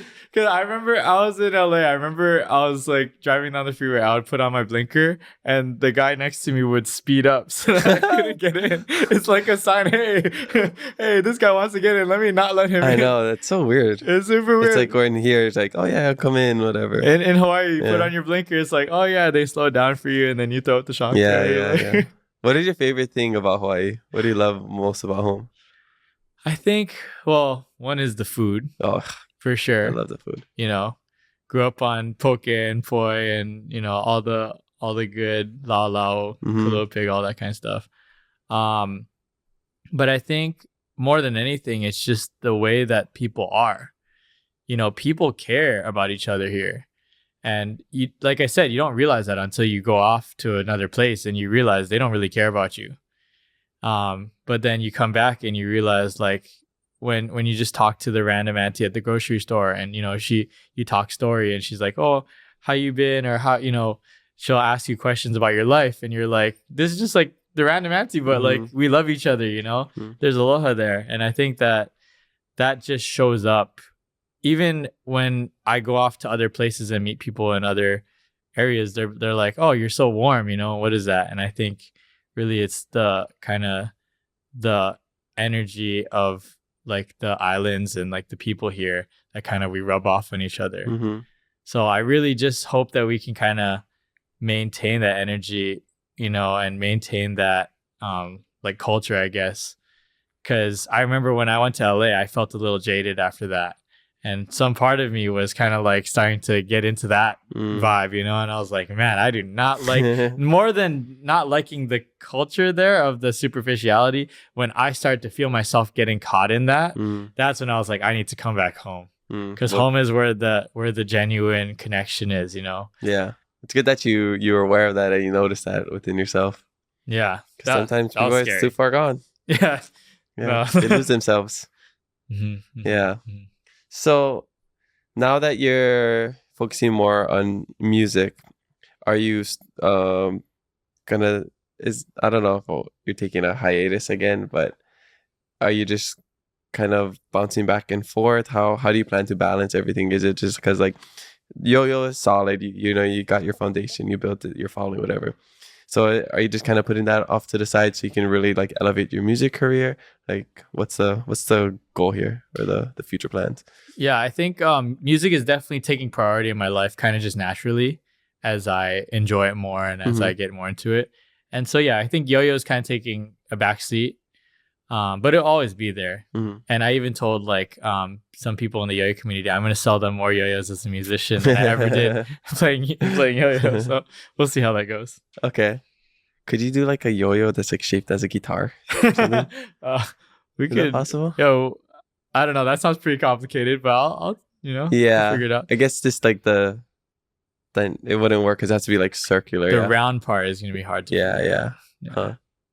Interesting. Okay. I could probably do a trick like with the guitar somehow. Oh, like, you know, something. Flip it or something. Yeah. Yeah. Okay. Wait. Do you have merch? Do people make merch for you? No, so mainly the merch that I have is just yo-yos. Yeah. So But like shirts, hats, stuff like that. no. Okay. Because No. I have a merch company. If you Oh, need help. really? Yeah. Okay. All right. Yeah. Yeah. Let's It's run called it. Mahalo Shoots, and Merch Labs is like the mother company. They work with a lot of YouTubers, influencers like Alex Pereira, the Oh, wow. UFC Yeah. musicians, Dante Bosco, Okay. like all them, AJ Raphael, like Oh, okay. yeah. So I'll explain it to you off, Yeah, we'll off the talk about it podcast, after, but yeah. yeah, if any, just check out Mahalo Shoots, Oh, check it out, check it out. Merch Labs, keepitaloha.com. So that's how I get my merch. Oh, Is okay. through that. Ooh, Yeah. So that's I awesome. feel like you need some merch. I would Yeah, appreciate and some merch. it's I'll no take it. upfront cost. We do everything. You just help us with the design, and then you market it, and it's like a 50-50 net profit. Okay. split. Yeah. That's awesome. Yeah, so I it's love super that. good setup. But okay, cool. So we'll work on that. Stay tuned for We will. his merch. Evan Nagao, Evan from Heaven merch. You Mhm. could have like both yo-yo and Maybe modern monks. modern monks, whatever it is. We'll Yeah, see. whatever it is. Okay, so you've already had a lot of success in life, and you're only 27 right now. Mhm. But at this point, what would you say you're most proud of? The thing that I'm most proud of is, I think, just being true to myself. Authentic. Being authentic. Whatever that looks like, for, like in terms of my career, it was following my heart and doing something that makes no sense career-wise with the yo-yo when everybody else is telling me you need to go to college and do this thing, or when everybody's going one way, I choose the way that I feel is right, even if it's like not necessarily the way that the crowd's going. I think that's something that I'm really proud of. Mhm. Just sticking to my guns. And it reminds me of this story actually, because I have Okinawan blood. My roots are from Okinawa, and back during one of the wars, I don't know exactly the whole story. My uncle told me the story. They were kicking out my tribe because I came from this tribe called like Oroku, and they're saying, everybody, all the Okinawans, you guys got to go south to get out of this land because there's gonna be war here. And then my tribe, apparently the tribe that I came from, was like, all right, well, they're saying go south, we're going north because we don't trust, these are the guys that are gonna kill us, so we're not gonna go south, we're gonna go north. So apparently all the people from our tribe like survived, and like all the people that went south They like got died. funneled into like this Oh wow. this like death camp basically. So it reminds me of that, because that's how I feel sometimes. We're like, everybody's going south, and I'm like, nah, I'm going north. Against the grain. Against the grain. Yeah, against the grain. Yeah. Yeah. I feel that too. I feel like I've had an unorthodox life, and I like not following the crowd and doing a lot of things in life. Yeah. Like I'm the kind of like red carpet event. I don't know where slippers over there, Yeah. Just stay true to yourself and whatever. But that's super cool. Oh, we're planning our podcast party where we're inviting all the past podcast guests. Mhm. So that's gonna be a super fun event. So you gotta bring your Wow. yo-yo. That's sick. But I want to open it up to like a kanikapila kind of thing. With, Ooh. like everybody. So like, cause we're gonna Very have a lot of fun. musicians. There'll be Kimie, Yeah. Anuhea, Dylan Pakele, like everybody. So it'll be so cool if everybody's just jamming together. Dude, what a roster. Oh I know my it's gonna be God. like the Met Gala of Hawaii. That's so sick. It's gonna be such a fun event. That's so I can't cool. wait, and you got to be a guest to be invited. So you're invited now. So sorry, regular people watching. let's You'll see the go. highlights. That's so sick. Yeah, I'm super excited for that. Okay. So I was wondering if you ever feel pressure to represent Hawaii in a certain way because you're on the national stage, you're from here. You're not Hawaiian by blood, but you represent the local culture, the people of Hawaii. Do you ever feel like a pressure to represent like the culture in some sort of way? Even maybe like be more local when you leave, or like learn about like certain Hawaiian things to like share with people? Yeah, I wouldn't say like pressure. Is like, it's not, I definitely feel like deeply connected to Hawaii as a culture. Cause so like my ancestry is, like I said, Okinawan and Japanese, and I'm like Yonsei, which means like fourth generation. So my great grandparents, came to work on like the cane fields, sugar cane fields, whatever. So with that in mind, like I don't really have much connection to my cultural roots in Japan. So really, I grew up you know, performing in Maydays and eating poi and all this stuff. So really, I feel more connected to Hawaii. And anytime that I go perform or do anything, I just feel so happy when they're like, from Honolulu, Hawaii, Evan Nagao, you know, that I can just represent, you know, represent Hawaii and what it means to be a part of this awesome place, you know. In terms of culture, though, I don't think I feel necessarily pressure to learn, which maybe I should, you know. But I think that there's a rich culture and even like on a I don't know if it's deeper level, but even on like a simpler level, just the culture of being in the vibration of aloha, just the, you know, that giving, you know, your love and giving your joy and sharing with each other. Like, I think that radiates if you grew up in Hawaii, because that's just kind of like the culture that we have here. So yeah, cool. What's another thing that surprised me about you is your great pronunciation on the Hawaiian words. Because, you know, a lot of the people I know, one of my, like, I'm very like aware of is like how people say like Honolulu, Kauai, Hawaii, stuff like that. And you're just like you're pronouncing everything perfectly. So I was wondering, like, do you have like I wonder why certain people say stuff like that, especially if they've lived here their whole life. They mispronounce certain like Hawaiian words. Even you don't have to be Hawaiian or speak Hawaiian, but like I get, because it depends on like the environment you grow up. If you grow up here in Kauai, Molokai, like you're always gonna say that. If you grow up here in Honolulu, you're gonna say it's Honolulu. Yeah. Yeah, I think well, my mom studied quite a bit of Olelo Hawaii, so okay. I think that's maybe part of it. But I knew there was a reason. Yeah. I mean, for me, it's just, you know, I just grew up here, and I think everybody, I don't know, I actually don't know where that came from. You probably never thought about it. I just never thought about it. Yeah. And most people don't. Yeah. Yeah. But like, so I know you like studied Olelo, right? Well, it's my first language. My dad that's your only, first language? I went to Hawaiian immersion school. Oh shoot, that's crazy. So my dad only speaks Hawaiian to us. Oh wow, okay, wow, that's so cool. Okay. Yeah, very blessed. So, yeah, maybe you gotta teach me some stuff. Yeah. Well, yeah, sounds like you have a great pronunciation and like you're aware of these things. So I'm just got like super biased generalization of me, like private school kid. I'm just like, they probably didn't, you know, learn much. Fair enough. Yeah. So totally ignorant of me, like, but you're just breaking down the norm. So that's why there's even more respect for you. Sweet. Yeah. Sorry, just something that I noticed and I was curious about. That was something that I noticed because I was watching some of the clips on Instagram, and I noticed like a lot of it's about like Hawaii and like we always tie it in. Yeah. All the culture and stuff. And I was like, I don't know if I'm like Hawaii enough for this. See, that it's funny because early on, people would see this. So it's only because the most viral clips are the ones about Hawaii. So those are the ones that people see. But we talk about everything. I mean, from like politics to like sports to like, it's not always just about Hawaii things. So a lot of times people think it's just like a Hawaii podcast. We only talk about culture and like very Hawaii things. But I'm just, no, we just talk about life. We talk about philosophy. We talk about like business or whatever. But it's just because that's your demographic. Yeah, exactly. Keep It Aloha the pod. Demographic is like the Hawaii, like the really rooted people that are like, they just want to know about Hawaii stuff. And we talk about anything controversial too, you know. We talk about like the language and like the housing and like the overthrow. Like we talk about all of that.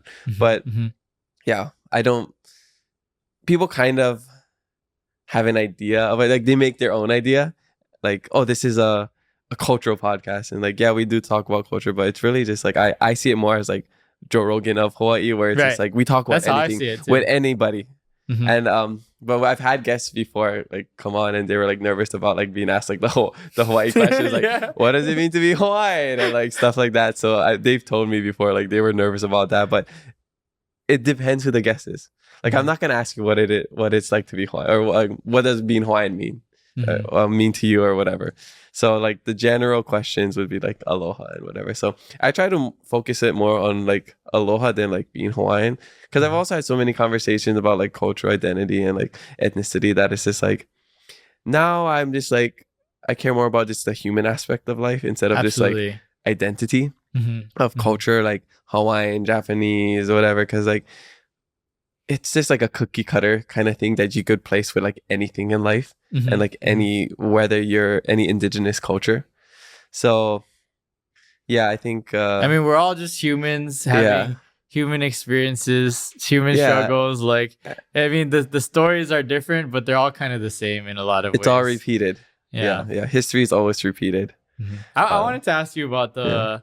the like the overthrow and everything like that. Like, cause like I don't know, I guess I never really got deep with anybody about that. Like, what are your thoughts on that? And the other question I have is like, because I know that there's a lot of people that are still really bitter about like the history, and like I said, I'm not like an expert. I don't know all about it, but like kind of my initial thoughts were like, and tell me if this is ignorant to like feel, but like it was kind of like I feel like sometimes there's a lot of energy that gets wasted in that direction, like in being angry towards like white people or something or whatever it is.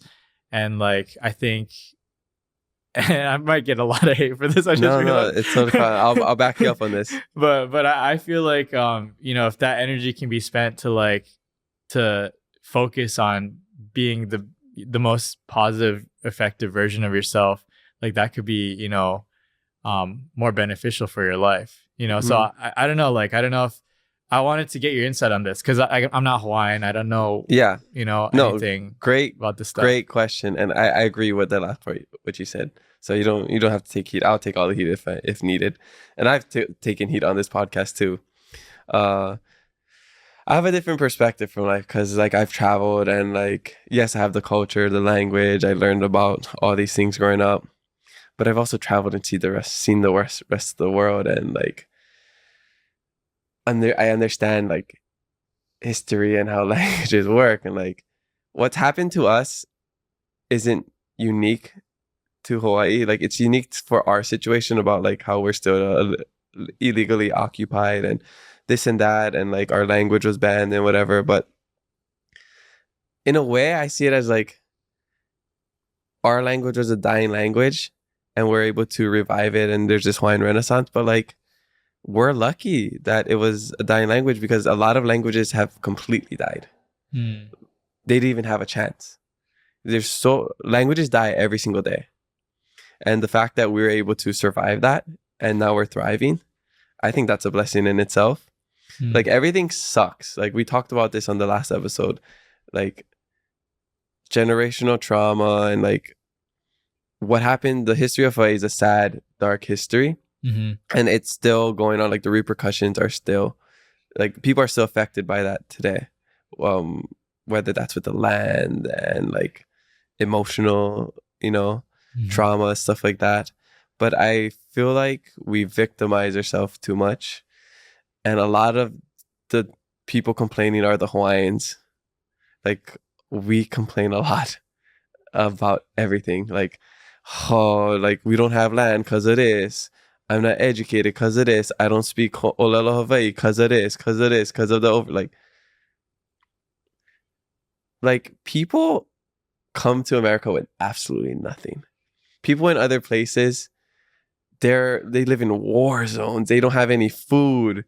They don't have places to stay. Yeah, we have houselessness. We have all that, but like places. If you travel the world and you see how other people are living, you'd feel blessed how we're living. So I think I just have a different perspective than most people. I'm not a super like radical on like these issues. Like we are American, we're not Hawaiian. Especially because I worked for the American government, like for the Peace Corps, So like I have a different perspective, and I've talked with people about this too. I think I'm at the point where I want to move past that. Like It's about moving forward. Yeah, I'm tired of just it's complaining about every single thing that people do. Like, oh, that's not Hawaiian enough. That's too Hawaiian. Oh, our kupunas didn't do it that way. Okay, well, this now, like, that's not honoring this. It's like, what has happened, and we can acknowledge that, but we have to move forward, and we have to do it in a way that's respectful to the past, but I think innovative and respectful to the future and who we are as modern Kanakas. So I think it's an ongoing conversation. There's no right or wrong answer. I think that's the one thing that we always have to remember. Like, not everything we say on here isn't matter of fact. It's opinions. It's just thoughts. We're not saying this is the best way to live your life. This is how to be Hawaiian. This is not how to be Hawaiian. These are the conversations we need to have to figure out how do we move forward instead of complain, nothing happens. Complain, nothing happens. Like people like Brenton Owa, he's doing stuff. He's trying to make moves, and I see him inspiring other people like Brock Cruz and other Hawaiians that are trying to go into office to make a real change. So there's going to be people complaining all the time. I complain all the time, but I don't like to complain much if there's no real solution. So I think it's like, I mean, besides like the, what's happened, the history of Hawaii and stuff, I think on a personal level, I definitely feel the idea of like, so what, now what, like, okay, so it's kind of, it can be harsh, if there's something really bad that happens to you, but it's like, at the end of the day, you're in the position that you're at, and it's like, all you can really ask yourself is like, what's the best way forward? Yeah, well, what are you going to do about it? Exactly. Yeah, like so what, now what? So that happened. Yeah. Now what's your plan for the future? Yeah. I agree with you, and we talk about it on the podcast. I talk about it off the podcast with Jordan. We come from the David Goggins mindset of stop being a little biatch, like that kind of like, come on, mother effer, be hard, stay hard. Like, I think we live in a soft generation. Yeah, we like to find excuses for everything. The amount of times I've heard like, oh yeah, I wish I could learn Hawaiian. But this and that, or I don't have time, or my grandparents didn't teach it to me because it was banned. Like, all excuses. There's so many resources out there. If you really wanted to do something, if I really wanted to get good at the yo-yo, I'd pick up the yo and I'd practice. So if I wanted to learn another language, which I've learned multiple languages, not just Hawaiian, I would do it. You would do that. So at the end of the day, people make excuses. People victimize themselves. Stop doing that if you want to have a good life and learn stuff like that. It's as simple as that. I love that. Yeah, doing it isn't simple. Yeah, but like the idea is very simple. Just don't complain. Do what you say. And I don't know. I just like life is, to me, is simple. We just make it complicated. Yeah. Absolutely. With all the things that you want. And like there's another like a quote that I've said before, and it's my favorite quote is, the poor man isn't the one who has the least, the poor man is the one that wants the most.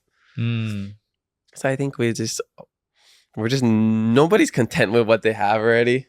We want all this stuff. We want, whether that's sovereignty, a better job, better partner, more money. But if we just like take time just to really see what we have in life, I think you will realize that life isn't too bad, especially if you live in a developed country. And especially if you have like loved ones. Yeah. Like, and like relationships and bonding. Yeah. Like, maybe you don't have the nicest house, the nicest car, don't have too much money, but one of my uncles, Kavika Lewis, he'll be on the podcast one day whenever that happens. But something that we love, what he always says is like, not the best, but hard for beat. Nice. So that's something that I've been thinking about recently, because I just heard a random uncle when I was in Hilo for the Merry Monarch say that to like a random person. He's like, not the best, but hard for beat, right? I wish we just adopted that mindset, right? Yeah. Like, we obviously, nothing's perfect. We don't have the best of anything, but hard for beat. I mean, Hawaii, it's, it's expensive to live. We have a sad history. we want this and that. We don't have everything that we need in life and we want in life, but living here, it's hard for beat. For real though. I love that. Yeah. Yeah. But yeah, thanks for asking. That was a good question. Yeah. No, like it kind of, I thought about this morning is like, what is Aloha about, right? And I actually don't think it's like a cultural thing. I mean, you know, some people may argue with me on this, but I think like at the end of the day, it's like love, and it's sharing, and it's like caring about others. And like, you know, that they talk about that in the Bible. They talk about that in like the Lotus Sutra, like compassion for others. You know, this is talked about in indigenous cultures. When I went to go do ayahuasca, it's all about connection and love, and you know, being like transparent with one another, and having this connection of like communication, right? So it's like, I mean the word in Hawaiian is aloha, but it's a very human thing. It's like, it's just being like choosing love as your guiding principle. You know, so well, it was brought up by other guests, like what do they call aloha in the South? Southern hospitality. What do they call it in other places? It's just being kind. So when we talk about aloha, being nice, being a good Hawaiian, whatever you want to say, we're just talking about being good humans, being a good person. So I'm happy. We're on the same wavelength and mindset of that. So just I support everything that you just said. That's awesome. Yeah.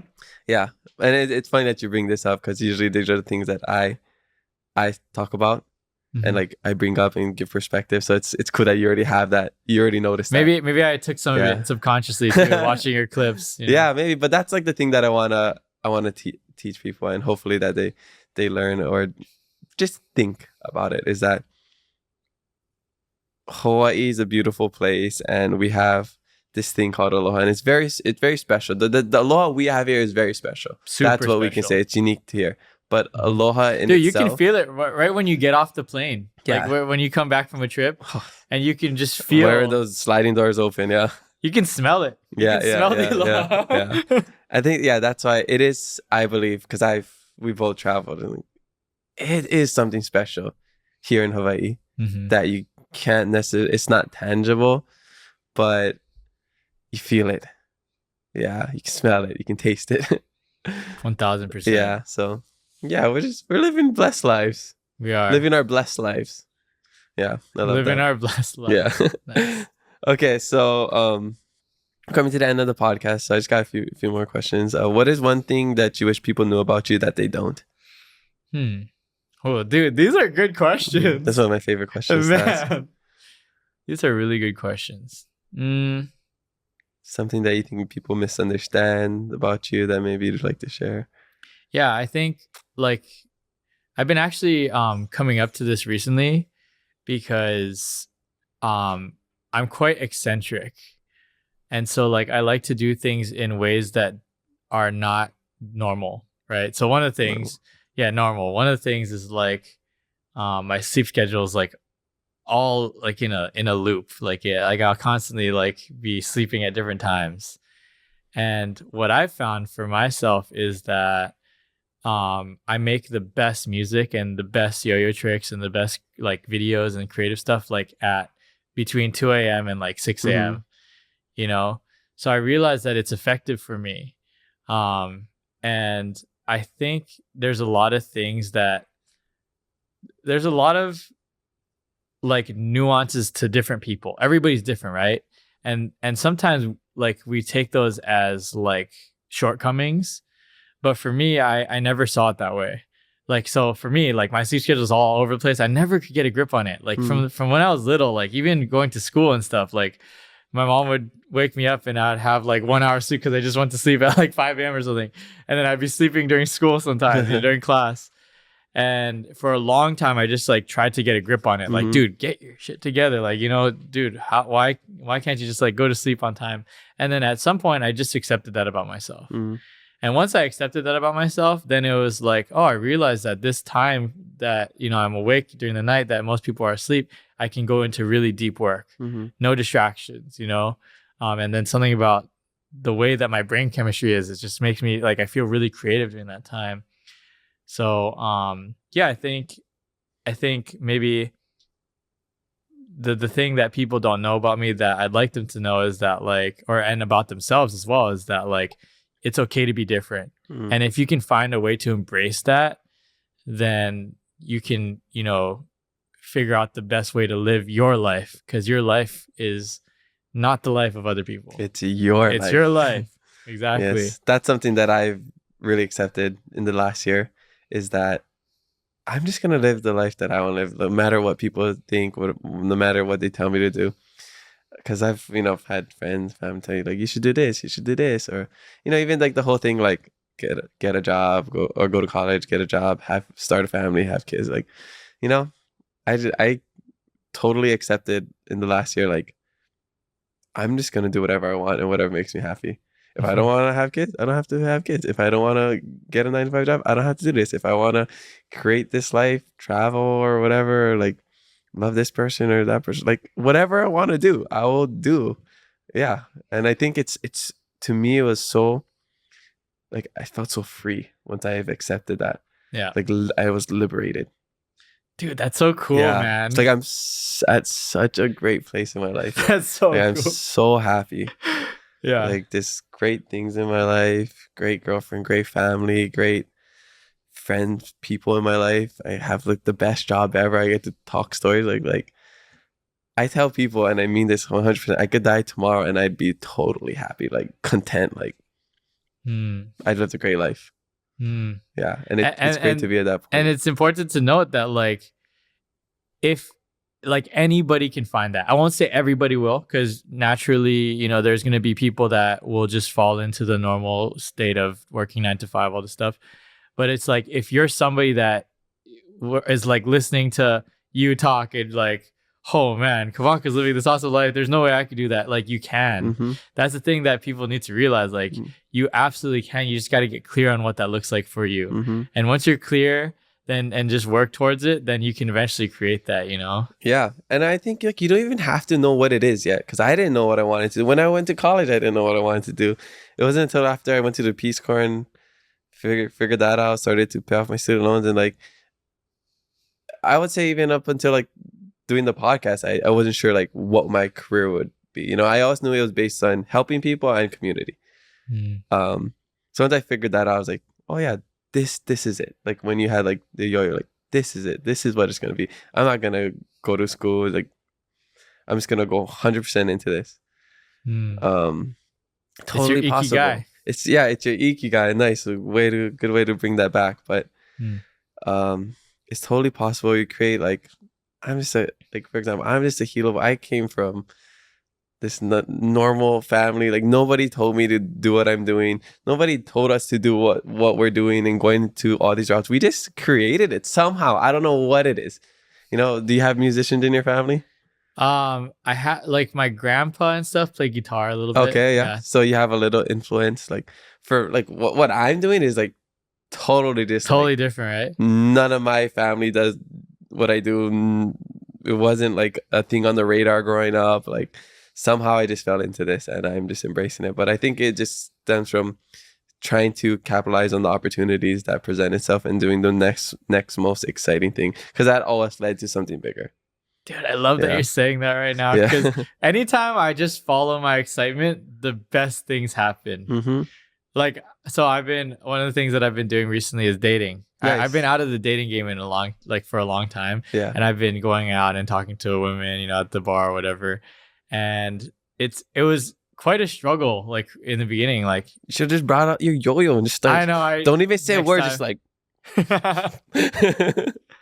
But what I found out was there was one night I just decided, you know what? I'm not going to like think about it at all. I'm just going to go out and have the most fun, do the most exciting thing in every moment. And that night was the night that I met this girl that was like super cool. And like, we're still going out and, you know, we're still dating. I wouldn't say we're like dating, but we're going out on more dates. Cruising. So it's like, yeah, I feel like things happen when you just choose to follow your excitement. And sometimes it's scary because like your excitement is like maybe not in alignment with your job or whatever, and you gotta like, you gotta quit your job or I'm not saying quit your job, but like, there's things that you gotta do sometimes to like go and follow your bliss, follow your joy.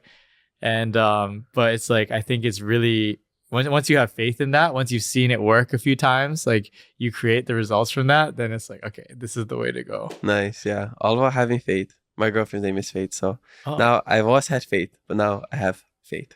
Yeah. Oh, that's fun. Bars. Beautiful. Well, awesome conversation. Before we get into our last fast faith 5 questions, they're just rapid fire answers.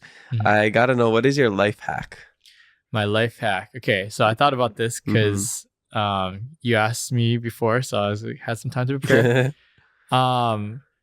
I think, well, I kind of want to change it now. Hey, whatever, you could do multiple, whatever you want. We have no rules on this podcast. Okay, multiple. So number one, I think, is meditation, like I talked about. And so you can do the visualization or even just sitting with yourself in the morning without any distractions, just sitting and letting yourself get bored, because then your mind's going to start thinking about stuff, right? And start like solving internal problems, because it doesn't have anything else to solve out there, right? Because you let that all go.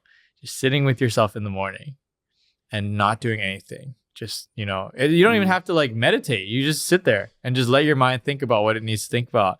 And you'll find that there's things that you'll discover about yourself that will lead you closer to your Ikigai. So that's one. And then the second thing that is like an actual life hack is writing down all your best ideas. So I have like notes in my phone. So like, for example, when I was working on my YouTube videos, the idea is you always want to base your videos on like the best hook, right? The best thing that'll get people to click on the video or watch it. So anytime like I would be like, taking a shower or doing some random thing at lunch, and I would think of a really good hook, like, oh, the DNA with 3 yo-yos. I would write it down. Or I would do the Spider-Man with 2 yo-yos, or 360 no scope, all these different things. I would just write them all down, because like those ideas, like they're gold, but like if you forget them, then they're going to be gone. So even like if you want to start a business, it's like you might think of $1 million ideas, so like I actually have another note in my phone that's just $1 million ideas, and it's like all these different ideas of like things that could make me $1 million if I pursued them, So I think just writing things down, it sounds simple, but it's like, it's so powerful, because you have good ideas all the time, you just don't remember them, So if you can remember them, write them down and start like kind of building them out, then that can be like really useful.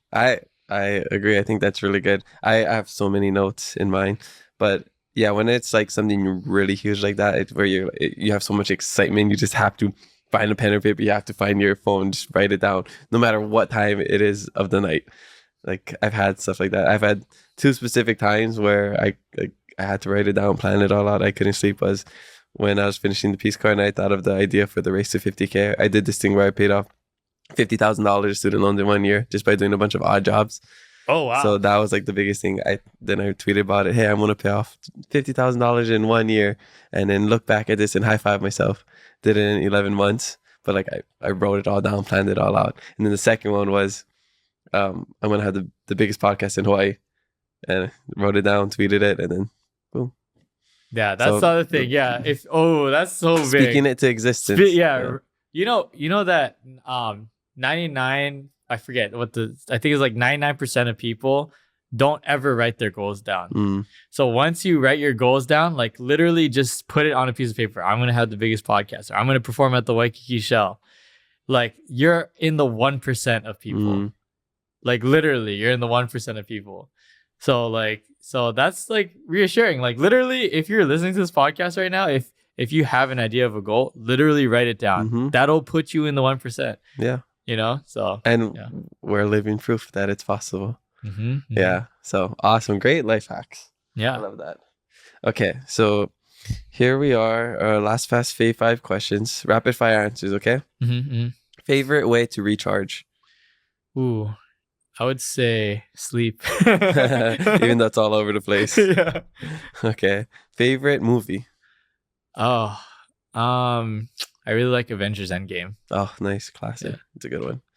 Favorite karaoke song?